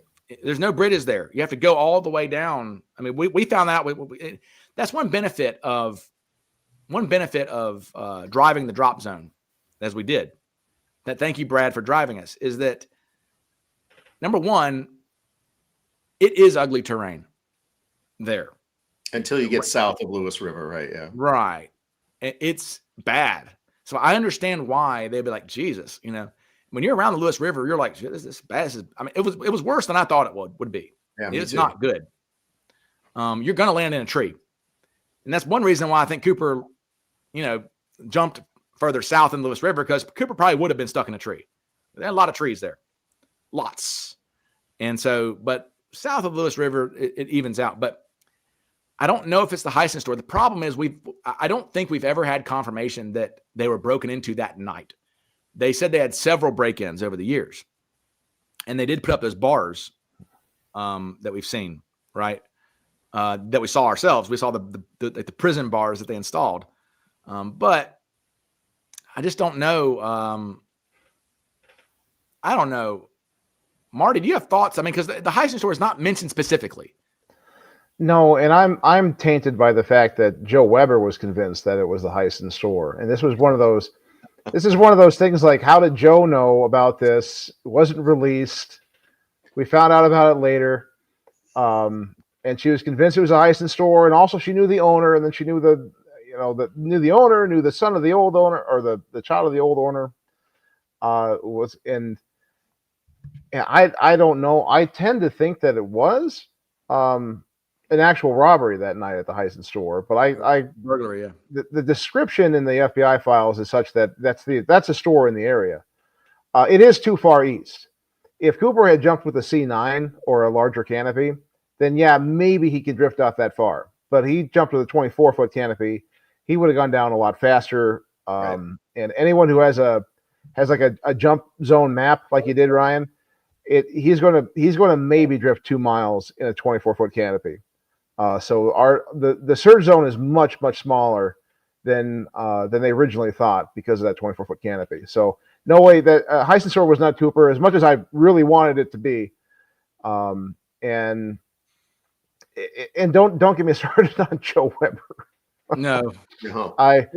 Yeah, there's so much, and that's a problem when you've been in the case for a long time. Is that Joe touches a lot of subjects and really obfuscates your memory of things. Yeah. Well, and like I said, we assumed. So when we see the Heisen store, when we see here it is. Let me upload. I'll upload this. So this is the Heisen. This is what we thought. There's the Heisen store 302. Upload this. It's taking a minute, but It also helped us eliminate Clay Ellum, Marty, just so you know, when Ryan and I were God, Clay Ellum. Why is that taking so damn long, this file to upload? My God. Here we go. Okay. It says, and it's at the bottom there. It just kind of says, I love it. According to him, Tom Manning says, according to him, a high wind was blowing at Merwin Dam last night. At about 11:30 p.m., there was a burglary of a grocery store located 10 miles south of the dam. Survival rations were taken, including beef jerky, cigarettes, gloves, etc. The person who broke in was wearing military-type boots with a corrugated sole. All right, so you've got that there. But then, so check this out. We've got the Casey store break-in there on the left. The sheriff's office learned early today that cigarettes, cigars, some Polaroid film, and work gloves had been taken at Casey's corner store on Lewis River, east of Woodland, sometime after 11 p.m. Wednesday. So are we really having 2 11 p.m. break-ins of stores about 10 miles apart where the guy takes gloves and cigarettes? Or is this just talking about the Casey store break-in, right?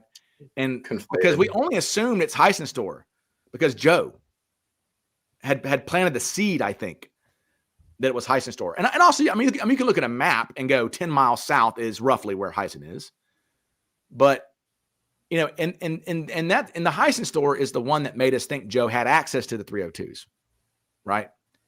But maybe Joe was just scouting the area and started running her mouth in the Heisen store. And they're like, oh yeah, we had a break in back in yada, yada.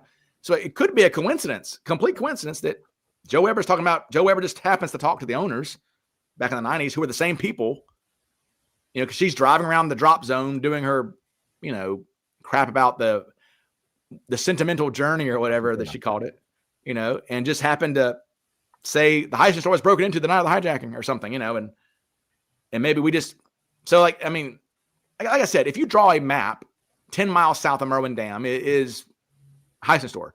But Casey store there, that yellow tack there is about 8 miles south west of the dam. So I'm kind of to the point where I feel like, because look, they both happen the same night after 11 p.m. Work gloves taken at both places. What? I don't know. Marty, what do you think of that? Well, so a lot was going on. You had, just think about what happened that night. You had somebody who was missing in Lake Merwin. Right. So there's a search and rescue there. You had break-ins at cabins that weekend. You had whatever, half dozen of them. You had a stolen boat on Lewis River. a wedding party going on. Right, the wedding party, and everybody in the area going to the wedding party. So no one, no one's going to see Cooper. Just add it up, and right. I find it completely plausible that that it's 2 separate burglaries. There was a large, something that I found in my research is that there were a lot of homeless people in the area at the time. Hobo camps, people, walking the railroad. Has anything changed? They don't walk the railroad anymore. True. But Ryan, remember our discussion with the legs when we were sitting there because we visited the Heisen store. We're like, you just got away with this huge heist. And would you risk getting caught robbing a store for beef jerky and some gloves? Maybe, but we're thinking you just got away with the biggest score and you're going to risk potentially being caught for breaking in. Not caught, shot. climbing into somebody's window. Right. Yeah. Putting yourself in a situation where all you have to do is get to I-5 potentially to get the heck out of there. And you're going to add that variable into the equation. Maybe if you're injured, but that's a big risk to create another crime to potentially have that. I got away with 200,000 and I got tripped up for stealing beef jerky, some gloves, and some film. Or shot and killed by Grandpa Jones in the store. Yeah. And Nikki points out that the owners actually lived upstairs and in the store at the time. Right. Now, that Chris was our Brewer, part. We were thinking, like, would you do this if you just got away with $200,000, or would you just get the hell out of there? Well, the Bloodhound's in the chat, and the Bloodhound says, was it to find a phone to make a phone call, though? Right. So that could be.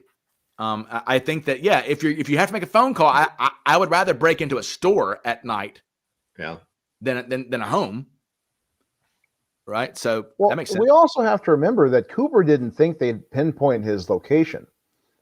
Cooper didn't know that they would know that he jumped in, the Portland area versus Reno. Nobody had any idea about the oscillation signature and the pressure bump. So yeah, I mean, and clearly, I think he wanted to get out of Dodge, but he wasn't hustling as much as he should have, because he did. Yeah, he had no idea they were gonna figure it out. He figured he had well, again, not just a 3-hour head start before they realized he was gone, but how the hell are they ever gonna know where I jumped out? Hey man, if you're just going to hang out and fall in love with Clara, I mean, that whole thing. What was the other thing? There was some, Marty, there is a guy. Now, Nikki spoke to him.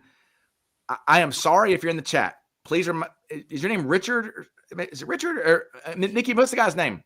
There's a guy, Marty, who invented a computer algorithm to find Clara. And he's quite certain that he has located this person. Yeah. And I told him to email you. Nikki, Nikki's in the chat. Am I right on that, Nikki? Let me know. But it's a young guy. You got glasses and black curls. David, my son David. That's how I met Judd Hirsch. My son David. Never heard the name David. And David does look like a young Jeff Goldblum. But yeah, David is his name. My son David. David had this algorithm. David works for Adobe, I think, as a AI guy or something. But he thinks he found somehow that. A very impressive guy. Yeah, very impressive. There were a lot of impressive people there. I was approached. He doesn't want me to say his name, and I won't. But there was a 23-year. He's still in the airborne. He's a jump master, 23 years in airborne, current. And he gave me some really cool information about the suspect I presented. And I've had another guy who he probably won't mind me shouting his name out, but I won't say it yet. But he owns a militaria store up there. Okay. And he was watching when I put my suspect's military records on up there. I was like, I don't see Fort Lewis on here. And he goes, oh, no. It's there. It's there. I see Fort Lewis right there. I was like, oh, what? And it was like, that was awesome. This suspect, that was awesome. That was really cool. In real time to go, no, there it is. Right there. It says Fort Lewis. I was like, oh, okay. Well, there you go. Yeah. During the presentation. So we had some really neat people there and a lot of first timers there. People, it's interesting at CooperCon to see people who just show up, who don't know anything about the case. And I was able to vainly show we closed it. I said, y'all indulge me. Because I wanted to see it on the big screen and people loved it. But my narrative that I've made of, where the voices, where we have Tina's voice, everything like that on the big screen, several people come up saying, you should show that first on Friday because a lot of us don't know the case. We just come in because something to do. And I was like, really? Why the hell would you buy a ticket, a weekend pass? You don't know what the hell this is, but multiple people were like, we don't know anything about Cooper case and we love it now. I was like, okay, well, good. God bless you. Sorry, my bad. I didn't mean to get you involved in this. It's just to let people know the stats. So we know we sold 80 weekend passes, and then we had a total of 149 unique people who bought tickets. And Ryan and I comped the speakers and everybody else. And then for the American Skyjacker movie, there were 89 individuals that bought tickets that night. So, for us to have well over 160 people participating just in the event is probably, since the 50th anniversary, the best attended CooperCon. And so, I mean, we, to have over 160 people there, 149 of them paying to attend was pretty big, because I think last year at the Museum of Flight, we had, correct me if I'm wrong, Ryan, it was like right at 120. Yeah. So we went up by, almost 30 more people coming to CooperCon this year than last year, which I think is interesting. So, I mean, the interest in the case continues to grow, and Ryan and I are so grateful for everybody who came, and we understand why people couldn't come, but it sets us up well. I also know that there are a lot of people that really wanted to get one of these DB CooperCon lanyards, and I've got a couple handfuls of these left. So if you want to email me at wherewasskip without the question mark, wherewasskip@gmail.com. I'm going to ship these out for $15 or whatever if you're interested in getting a lanyard from the conference. Rob Bertrand, who sponsored the lanyards and sold these t-shirts and everything, did a great job with merch, but I'm surprised how many people contacted me wanting to know if they could get one of these lanyards. So if you're interested in getting one, wherewasskip@gmail.com, and I'll get one to you. Yep. And I don't think I have. I don't know if we have the inserts that go in them. Do we? Or is it just the lanyard? I have. We only have a couple, but what we can do is just post this. So if someone wants to print it out, get one, and put it in there, they can just print out a color piece of paper and cut it and slide it in there. But these are awesome. Yeah. And people are asking. Someone says, here comes the merch. Oh, we don't even have this set up. This was just, I've gotten at least, I think, 8 requests for people who are like, can I get one of these? So we don't have the merch up on the website. We're not pimping merch. All the merch that was sold was by Rob Bertrand of Northwest Escapes, who actually paid to sponsor the lanyards and everything. So thank you again, Rob. And Ryan and I aren't out running a big merch store. No. And somebody says, what was my favorite part of CooperCon? I really enjoyed. I like, just personally, because I had never met them and I had talked to them a good bit. I enjoyed meeting Jim and Mary Ann McClellan. Both of them are pilots who have flown Victor 23 for 50 years.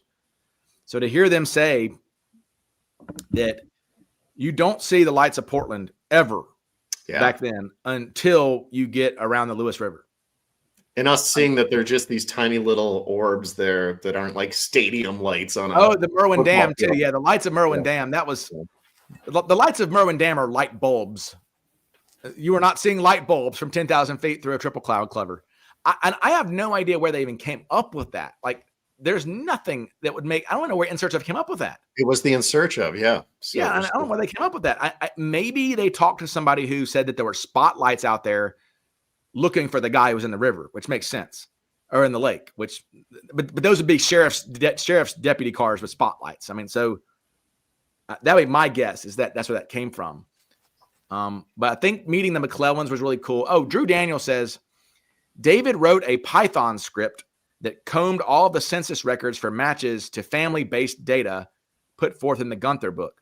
Wow. From that list, he has begun vetting them out as fits. So, not to find Cooper, but to find Clara, to see who could. And like I said, I used to think that was all fictional, but now it's not just that. I think that Clara, whoever Clara was, may have believed that this guy she knew was Cooper. I think she was being conned into thinking a guy was Cooper. And so she's telling her truth to Gunther. Marty, is that kind of where you are now? I'm going to stay out of it for. Yeah, I know. There's still the Barb thing there that is quite interesting. So I think. Yeah, I would say this. I really wish that I could code in Python. I probably can now with AI, but I did it from the other side. I was looking for LeClaire, and I had to vet almost 3,000 names, combing through the census records by hand, comparing them to World War II enlistment records and the other records that are available. And that was about 7 years of my life that I'd like back. Yeah, Yeah. So Ryan, I will tell you my favorite part, but I would like, since we have Marty here, Marty, there were several people at the conference that are part of the dead camp that believe that Cooper perished that night. And probably the most prolific reading and listening I did was to you about the survivability of the jump. Could you just spend just 2 minutes for those that don't know and haven't heard you talk about your belief on what the survivability of the jump was with that parachute jumping out of the back of the 727? So the first thing you do is you want to try to count things, right? And if you're looking for the best data set, you're looking for the biggest number of people who've jumped out of an aircraft in difficult weather conditions, in conditions that Cooper was looking at, you're going to look at World War II. Because in World War II, guys jumped out of aircraft at night, during the day, aircraft is on fire, at altitude, below altitude, with oxygen, without, because the B-17s were pretty high up and they had to have oxygen, and then the RAF, generally, they jumped a lot lower. So if you're looking for numbers, you're going to go to World War II, and I was lucky enough to find every bailout over Denmark. So I had a nice regional, a complete regional data set. And the assumption is that you can expand it to the entire European theater. But so I had a complete data set in this country. The country is Denmark. So it's north, it's cold, it's wet, there's a lot of coastline, very difficult. And you just start counting. Okay, how many guys survived? How many guys jumped? There were complete records, oral histories basically, of these guys on these aircraft, and I used mostly the RAF because RAF jumped at night, but I also did the Americans who jumped who were in, who did their bombing in the daytime, and I also looked at the Axis powers. The problem with the Axis powers is they're almost all fighters, and fighters, there's a survivor bias with a fighter because you don't hear the story of the guy in a fighter who doesn't make it. You only hear the ones that do because there's only one of them.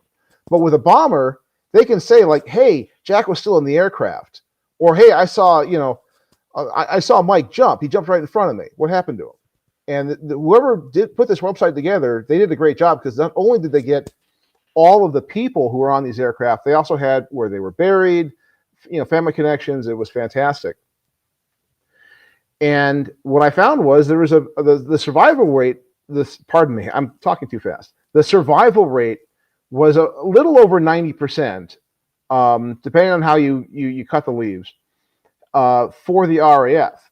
And I recently went back, and this is kind of key, and looked at the people that I originally labeled them probable no-pulls. Like, you found a body with a parachute was not deployed, that's a no-pull. Not really. There's not that many of them in the data set, and every single one of them was a pilot or co-pilot, and every single one of them was an aircraft that was on fire or a mid-air explosion. So in all likelihood, every single person who was a quote-unquote no-pull in my data set was in fact a pilot who died when his aircraft exploded, or who jumped from an aircraft that was spinning out of control on fire and he had no chance of surviving. So in reality, 100% of the people who were able to jump at altitude with a parachute on survived in my data set. But being conservative, you say, okay, well, there's a chance these people really were no pulls, and about a 90%. You throw it into the Bayesian equation, and that's where I come up with the 82% number that I've quoted, which I'll have to redo that analysis because it's going to be higher than that. Once you eliminate, it's unfair to say, okay, the pilot who jumped at 800 feet out of an aircraft that exploded didn't make it. I'm going to use that in my data set. You can't. So that is where I started. Then you go on to skydivers and you look at, well, how many no-pulls are they? And I know Ryan has quoted these numbers. There's 100 no-pulls, 150 no-pulls over 10 years in the database. I mean, just nothing. It's over 10 million jumps. Yeah. It's non-existent, basically. Yeah. Statistically. And I think, and they don't know if those were suicides. So the gist is, if Cooper doesn't land in the Rottweiler comic ad or on a pole or whatever, while we say he obviously was taking his life into his own hands by jumping out of an airplane with 2 chutes and a money bag, if he was a student, if he was anybody who we think he is, he had a really high percentage chance of surviving. Might have been injured, depending upon how he landed. Likely injured, I would say. But if he pulled, the overwhelming majority of evidence, and I learned this from you, Marty, is that he survived the jump. Well, the way that I write it in my book is I've got I say despite the darkness and the less than ideal weather, his odds of perishing were still quite low. According to the USPA's fatality index rate, there were only 3.2 fatalities per 100,000 skydives in 1970, or around 0.0032%. Of course, the average skydive doesn't take place at night amidst light rain showers from the back of a 727, but even if one were to suggest that Cooper's jump was 20 times more dangerous than the average skydive, that still leaves him with a 99.936% chance of survival. So I'd take those odds. Well, and the thing is, he's in a better position than the guys in World War II. It is very easy to jump from a 727, as we know from the copycats. But the guys jumping out of the Lancaster bombers had about 15 inches to get out of that bomber. It was extremely difficult. And the other part about it is they weren't experienced. They weren't paratroopers. They didn't have any training. They might have had like a 15-minute, like, oh yeah, jump out, pull this thing. I think the Americans had a video that they would watch, or a film that they would watch. Yeah. But no, they didn't have any training. They're jumping at night. It's extremely cold. They've been on long missions. They are in terrible shape. Cooper's in very good shape, comparatively. Yeah, absolutely. And again, jumping from a 727 is actually a very stable platform, and maybe even preferable to going out the side door of a slow-moving plane even. Ryan, it was also interesting to hear, because we had so many first-time attendees, that they believed that Cooper was jumping into the frozen, world. And, it was great to have Mark on the panel with Ryan, where Mark's saying maybe for a few seconds he was cold, but as soon as he got to a certain altitude, it was a, non-snow covered night in the Pacific Northwest, where the daytime temperatures were in the 40s and the nighttime temperatures were in the 20s. And it was not what some have reported to be some, Ralph was quoting Celsius, I guess, when he said minus degree, but it was a very survivable temperature as well, too. Is that right, Ryan? Oh, I think you're muted. Yeah, I am. I mean, it was 22 degrees, at the altitude he jumped at. I mean, you're not going to freeze to death in 22 degrees weather when you're in it temporarily. And on the ground, it's 42 degrees. So the idea of Cooper freezing to death somewhere is just absurd. It's not. I think that, and I've got to clean. I need to work on the Wikipedia page, because it still says stuff like the FBI think Cooper died, which is just not true, at all. I mean, Larry Carr thinks he died. Larry Carr is not J. Earl Milne. He's not Tom Manning. He is not John Detler. He is not Charlie Farrell. He is not Ron Nichols, who all thought he lived. So, and even Ralph Hemmelsbach is 50-50. Okay, somebody's asking for. All right, fine. Somebody's asking for it. Let me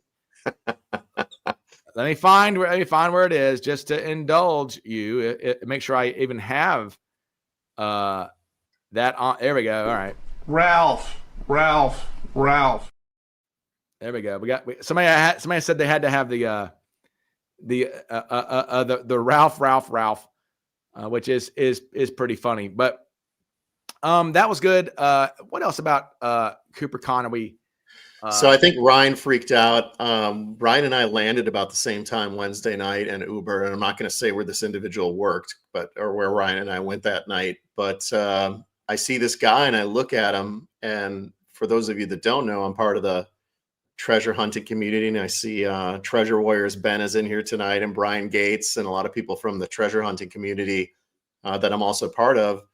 and I see this guy, and I'm like, Dustin? And it's Dustin White, who was on Expedition Unknown with Josh Gates for the treasure hunt called The Secret, episode where they're digging for this treasure in San Francisco, which I've also, been into this treasure hunt. There's one supposedly hidden in my hometown here in Milwaukee, and I did an article, 6 questions with John Limbach, if you look it up online, about this treasure hunt. And out of the blue, going to the DB Cooper conference, I run into this guy that's into this treasure hunt that I'm into as well too, before Ryan and I get to spend a day with the legs going through the drop zone. And we're looking at the GPS on the dashboard of the car with no intention to go to Amboy, but Amboy pops up. So we're like, well, let's just drive there.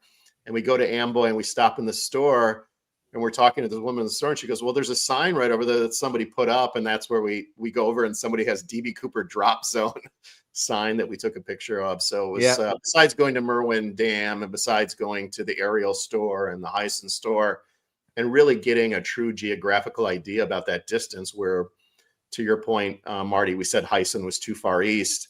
That was before the conference even started.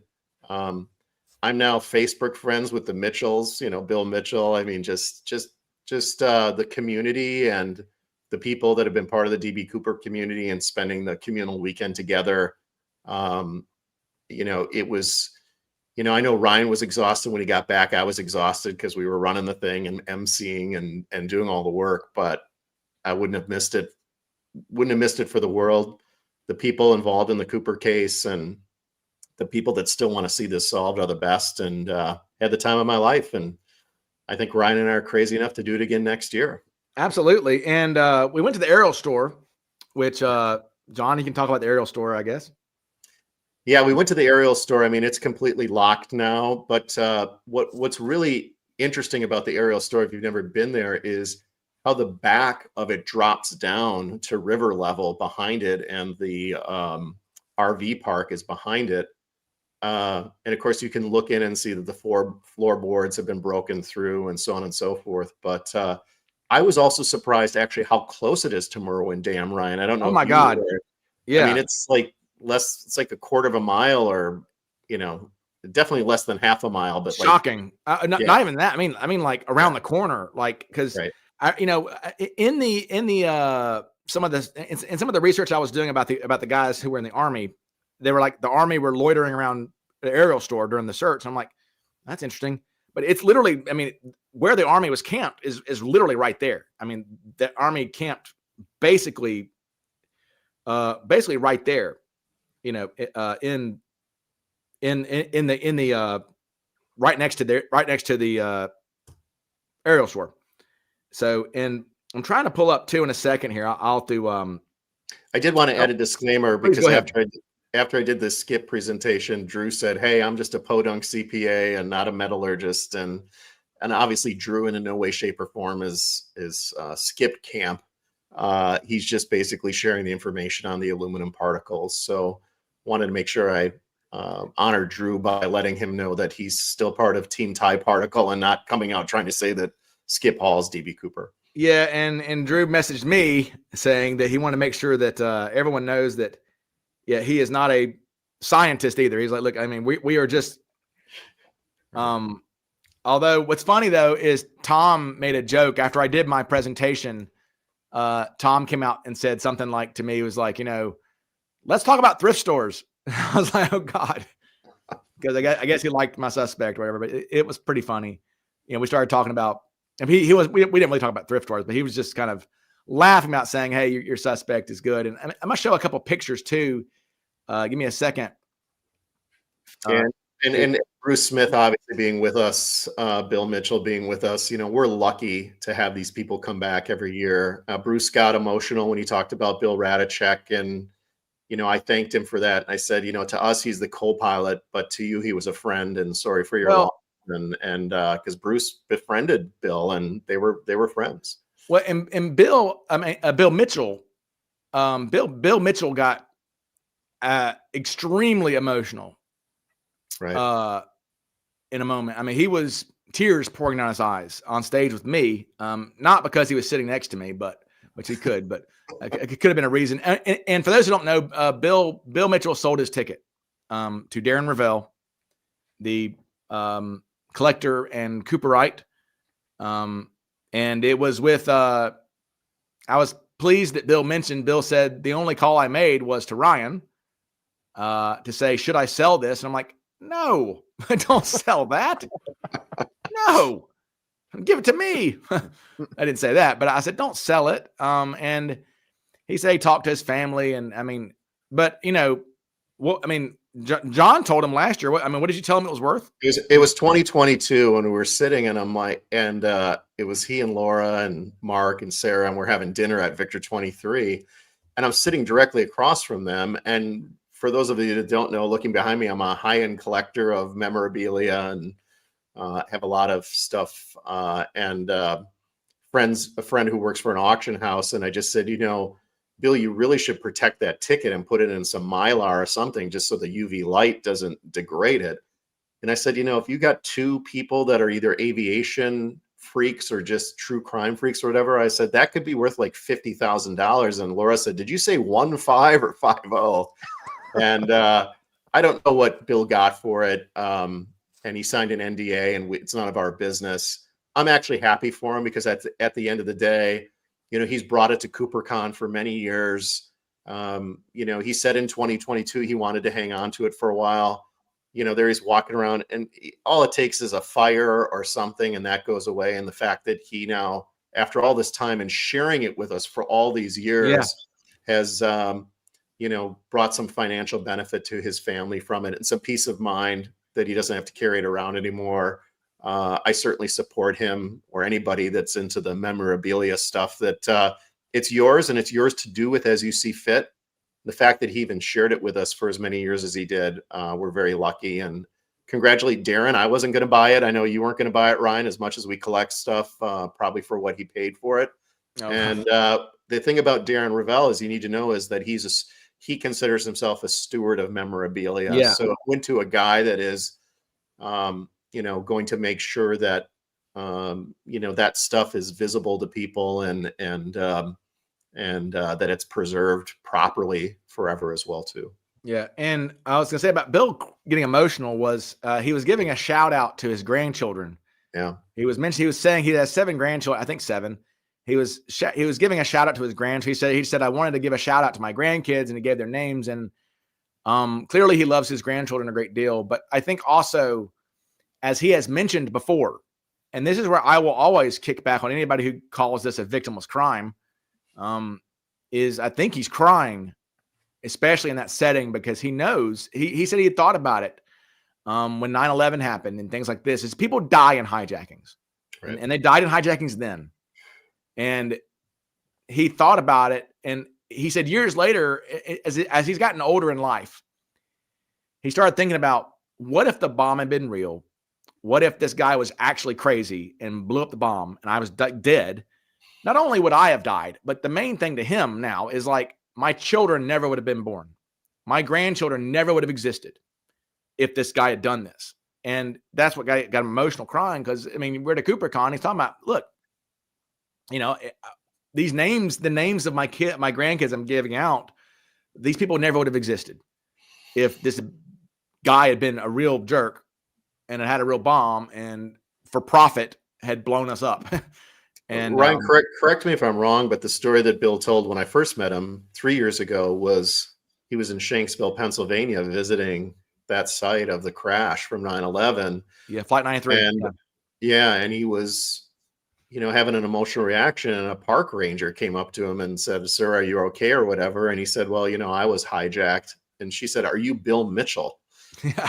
And you know, like, how many people survive a hijacking? But literally figured out who he was because of her study of hijackings. And my other personal fun story with Bill is he came up to me last year at CooperCon when I was presenting after I was done, and he said, "Hey, can I buy your book?" And I'm like, Bill Mitchell is asking me to buy my book. I'm like, how about I give you one if you promise to sign one for me?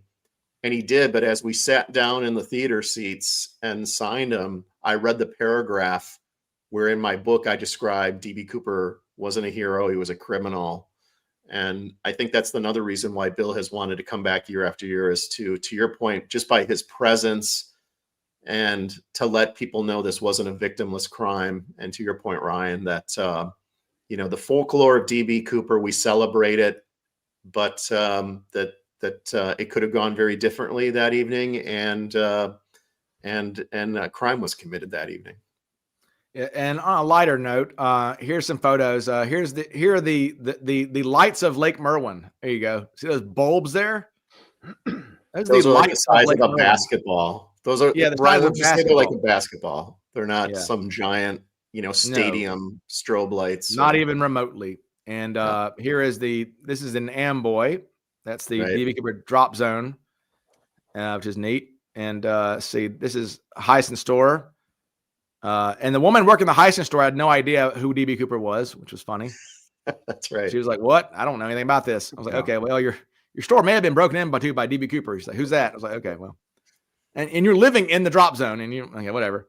There's Aerial store, and here's Packer at the Aerial store. There you go. All right.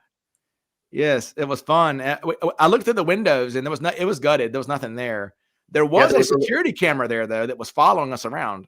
And there's a table in front, almost set up like a desk, so that when they open it, I guess, someone's there to meet people if they actually open it up. So it was interesting. Right. Almost like it's set up to be a museum in the future. And the last thing I'll say about CooperCon is the winner of CooperCon is Miss Megan Mendez from Virginia, who made this incredible handmade outfit. Incredible. And as I've shown, Bill was really impressed. Bill Mitchell was, I made sure, and she was really excited to meet Bill Mitchell. I said, "Look, you got to meet Bill Mitchell." And Bill loved it. And she was definitely the highlight to have a flow. I called her Flo throughout the weekend because she had dark hair.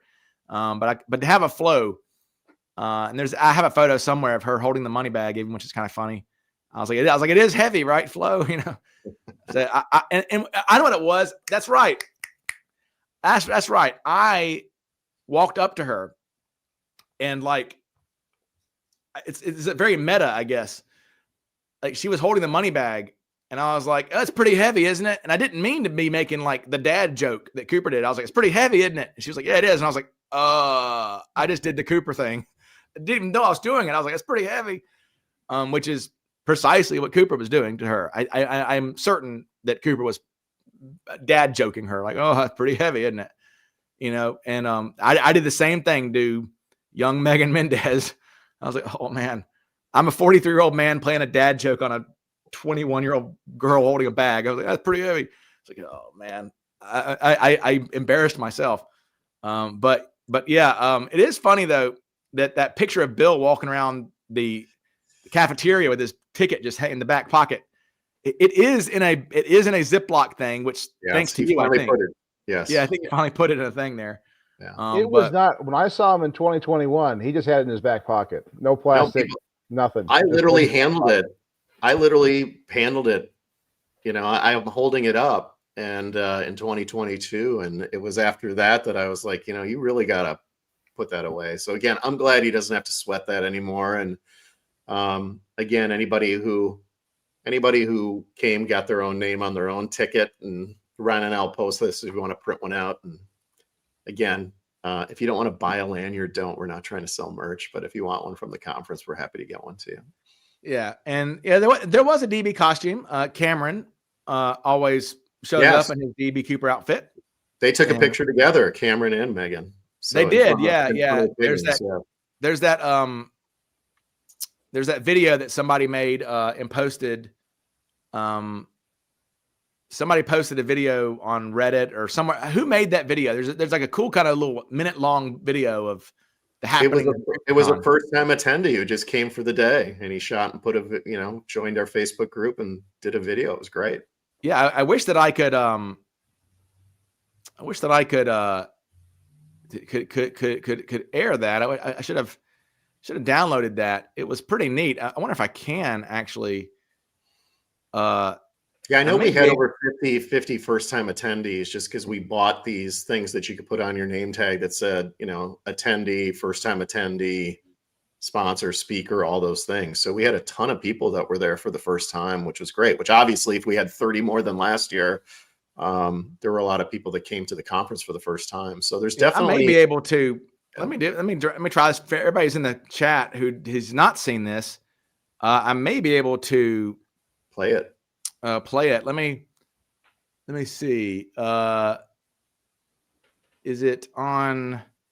Okay, so it's actually. Okay, yeah, I can do this. Yeah, hang on. Give me 1 second. Sorry, folks. And of course, the showing of American Skyjacker was awesome. Yeah, we forgot to mention that entirely. That how much fun that was to see the Mac movie, and Mac was down with the weather and wasn't there, but and also how there was negative reactions to what happened to Barbara in that movie, and it's terrible through the fact that they did terrible stuff to people. So it was Garrett, absolutely, Trapnell and Mac being part of that, and we wish Mac could have been there, but obviously are wishing him well. Right. Let's see. Trying to find where that is.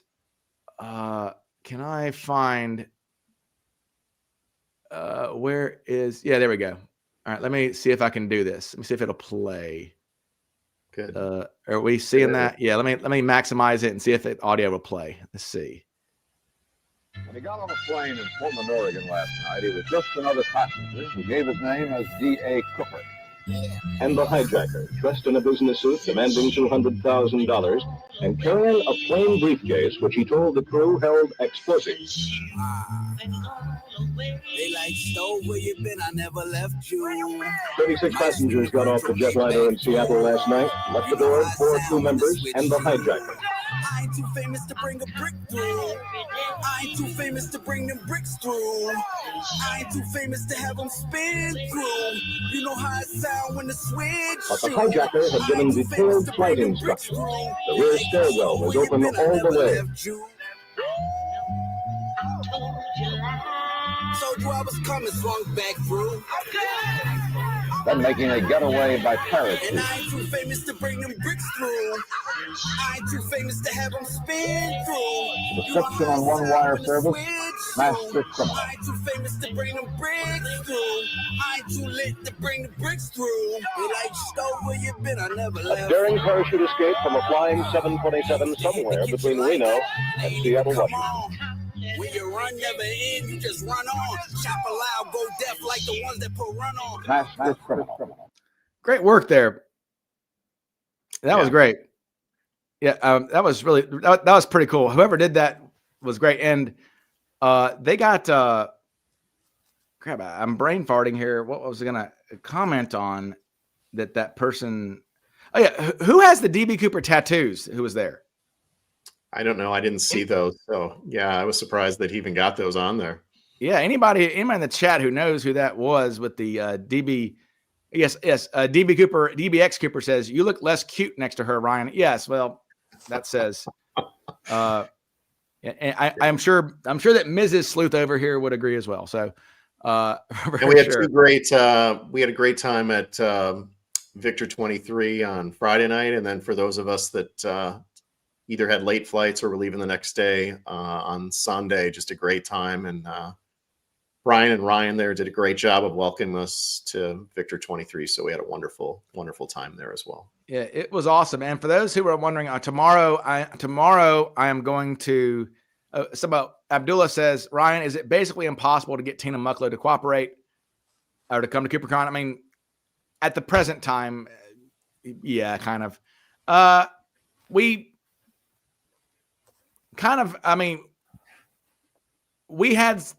There was some thought maybe we could have got one of the other stews to come this year. So maybe next year. There was a one of the stewardesses actually asked, when is the convention happening? And it's like, oh, so maybe next year. So we will check it out. But tomorrow, though, Hey, Josh. Yes, it was your fourth one, Josh. We're so happy to always have you there, buddy. My fellow attorney, Josh. But no, we tomorrow I am going to release the video of the audio. Okay, I will release it for everybody to see. And one last thing, I am surprised, by the way, my video on I don't know what it's up to now, but my throwaway video is kind of a throwaway video because I found video footage, really good video footage of somebody lowering the stairs, because that's actually kind of hard to find. Oh, I put that on. I had found that, put that on Facebook. Yeah, and it was in the middle. It was in a weird. It was really weird because it was stuck in the middle of like a 2-hour thing, and so yeah, I found that, and then I'm glad you took it and put it on there because that video was awesome that you did on top of it on just how Cooper would. Well, I mean, I was actually just going to post that part of the guy doing the stairs. Yeah. And I was like, well, let me make a video around that a little bit. It was great. Yeah. It was and great. like, I don't know. I mean, Marty, did you see that video yet? No. Okay. Well, I'm basically saying, trying to figure out why Cooper, what was he up to? Like when he needed Tina's help to lower the stairs. Oh. What does that even tell us about him? Because, well, if one thing it tells us, he's not a 727 crewman. You would think, but was he bluffing? See, like, because there's several options, right? Because he either's bluffing, and he just wants to have an excuse to keep Tina back there with him because he wants to have a hostage back there with him, before they take off. But he could have just said, "You're staying back here with me," and she would have. He didn't need to invent a reason. Yeah, Nikki and I got wonky after you posted that on Facebook because we were discussing on that video. There's a trigger button on the top, which we believe is on the 727-200 or later. And then Ryan, I pulled up my schematics from the actual 1968 100, which Northwest was the 5.0. Theirs were in the 5.0 series, but there was a trigger on it. So you could, if you press the button or the trigger, you would get hydraulic assist. But if you needed to manually just drop it, so that button you see on the top of there is more on the 200 series. Mm-hmm. You could force that without pushing the button, and that's where it would just drop with gravity. It reminded me of that story, Ryan, when you were talking to the FBI agents that one day the guy's like, he almost got hit with the stairs, where someone who wouldn't know to push that button wouldn't get the soft hydraulic drop, and it would just drop hard. And so there's a real question of, did Cooper grab it not knowing there was a trigger on the back of the 100? Either way, he got the stairs down. We get pedantic, as Ryan said, about this crazy stuff, but there was a trigger on the handle, not on the button top. But that's a question as to, with the air pressure being up that high, is there a reason why it was just gravity, forced it, gravity, and it didn't go down all the way? Well, I think it says that in the video. It says in an emergency, you can just shove it forward. Manually do it, right? Yeah. So it says at the very, I think that's at the end of that clip. It says in an emergency, just shove it forward. But like, what is that? It just, I use the analogy of, and maybe, like I said, maybe it's a bad analogy, and maybe it's a good analogy. I don't know, but like a bank robber who is planning on using a getaway car that is stationed outside the bank, and he knows it's a stick shift ahead of time, but has to have a hostage explain to him how to drive a stick shift. It's like, well, wouldn't you already know this? Like, wouldn't you have already prepared for this? It's your entire heist is based around knowing how to lower these stairs. So why would you not know this? Why would you not even like glance at it or look it up in a book? Yeah, or it's either a ruse. It's either a ruse and you've looked it up in a book, but you've actually never done it before. So when it comes time to actually do it, you're like, well, I'll just have someone help me. There's also the confusion on, did he literally say that they can put it down from the cockpit? Or was he saying we can put it down after we're up in the air? Yeah. That's still the game of telephone that we don't know what his actual words were. Marty, do you have an idea of what Cooper was doing by doing that? No, my thoughts have always been that Cooper's knowledge of the 727 have been exaggerated. I don't think I went and looked at aviation material from that time to see, could someone put this together from a library? And yes, they can, except for certain points. And one of those points is the handle. That's not going to be in your Jane's guide. That's not going to be in.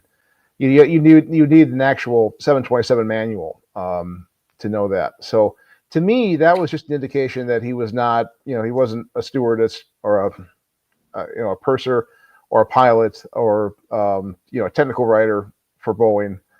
That this was an aircraft that he knew could be jumped from, but did not know every little detail about it. And we get in this case, we examine every little thing.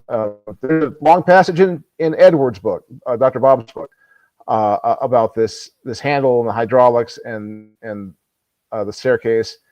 And to me, the bottom line is he just needed to know what to pull, and that's what he did. I believe at a minimum, someone told him it could be done at a minimum, because as we've all said, you're in a jail cell in the air if you don't get that down.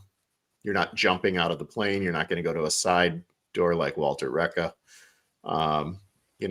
If you can't get those stairs down, you're landing in Reno and you're getting caught. So he had to know they could get down. The real question is, was it a ruse, or was he truly saying, I'm going to have her back here just as an insurance policy to help me get them down? And there's also the other thought is that, and we actually have, it's not time yet. It's not time to release the suspect who I presented at CooperCon, but we are also going to have another suspect who is extremely good coming out at some point soon. So we got 2 new suspects, and this other suspect very plausibly, it actually has connections to Joseph Henry Johnston. Does 100%. And there is some idea that Joseph Henry Johnston was supposed to be Cooper. It was supposed to be his heist, and his accomplice, when Joseph Henry Johnston gets drunk and arrested the night before the hijacking, maybe gets nervous and gets drunk and gets a DUI, his accomplice goes, well, shit, I don't want him to get drunk and rat on me. I'm gonna go ahead and do it myself. And that might explain why Cooper seems to know a little bit, but not all. Like, Cooper's knowledge always seems strangely incomplete in areas, right? Like it's good at the start, but once it gets toward the end, it kind of breaks down a little bit. He's got the beginning. Yeah, Nikki agrees. This guy's very compelling. And has a very good connection to Joseph Henry Johnston, and was a Bush pilot. And I don't want to say too much, but yeah, I mean, and was a robbing a major felon who did this stuff. And so, because that Joseph Henry Johnston stuff is so coincidental that it really makes you go, geez, except maybe he was supposed to be, and maybe that's why we can't find Cooper, because we're looking for Cooper's accomplice, really more than Cooper, right? Because Joseph Henry Johnston is exactly who you want to be Cooper, right? A bank robbing Bush pilot.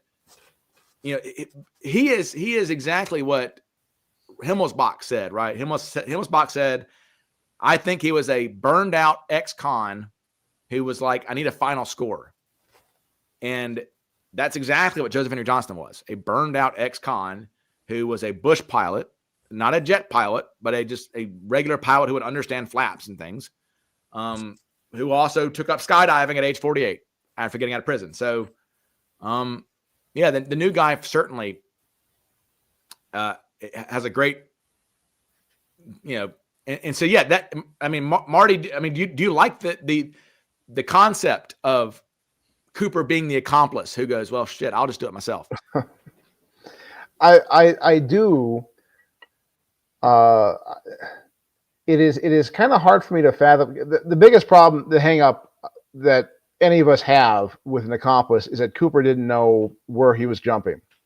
And I've always thought that maybe he was trying to jump, close to Seattle and couldn't quite get the stairs down in time.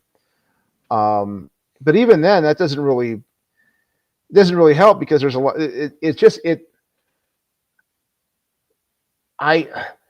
Oh man, what was his escape plan after he lands? What is his plan to get out of there? I mean, it's like, I'm going to walk home.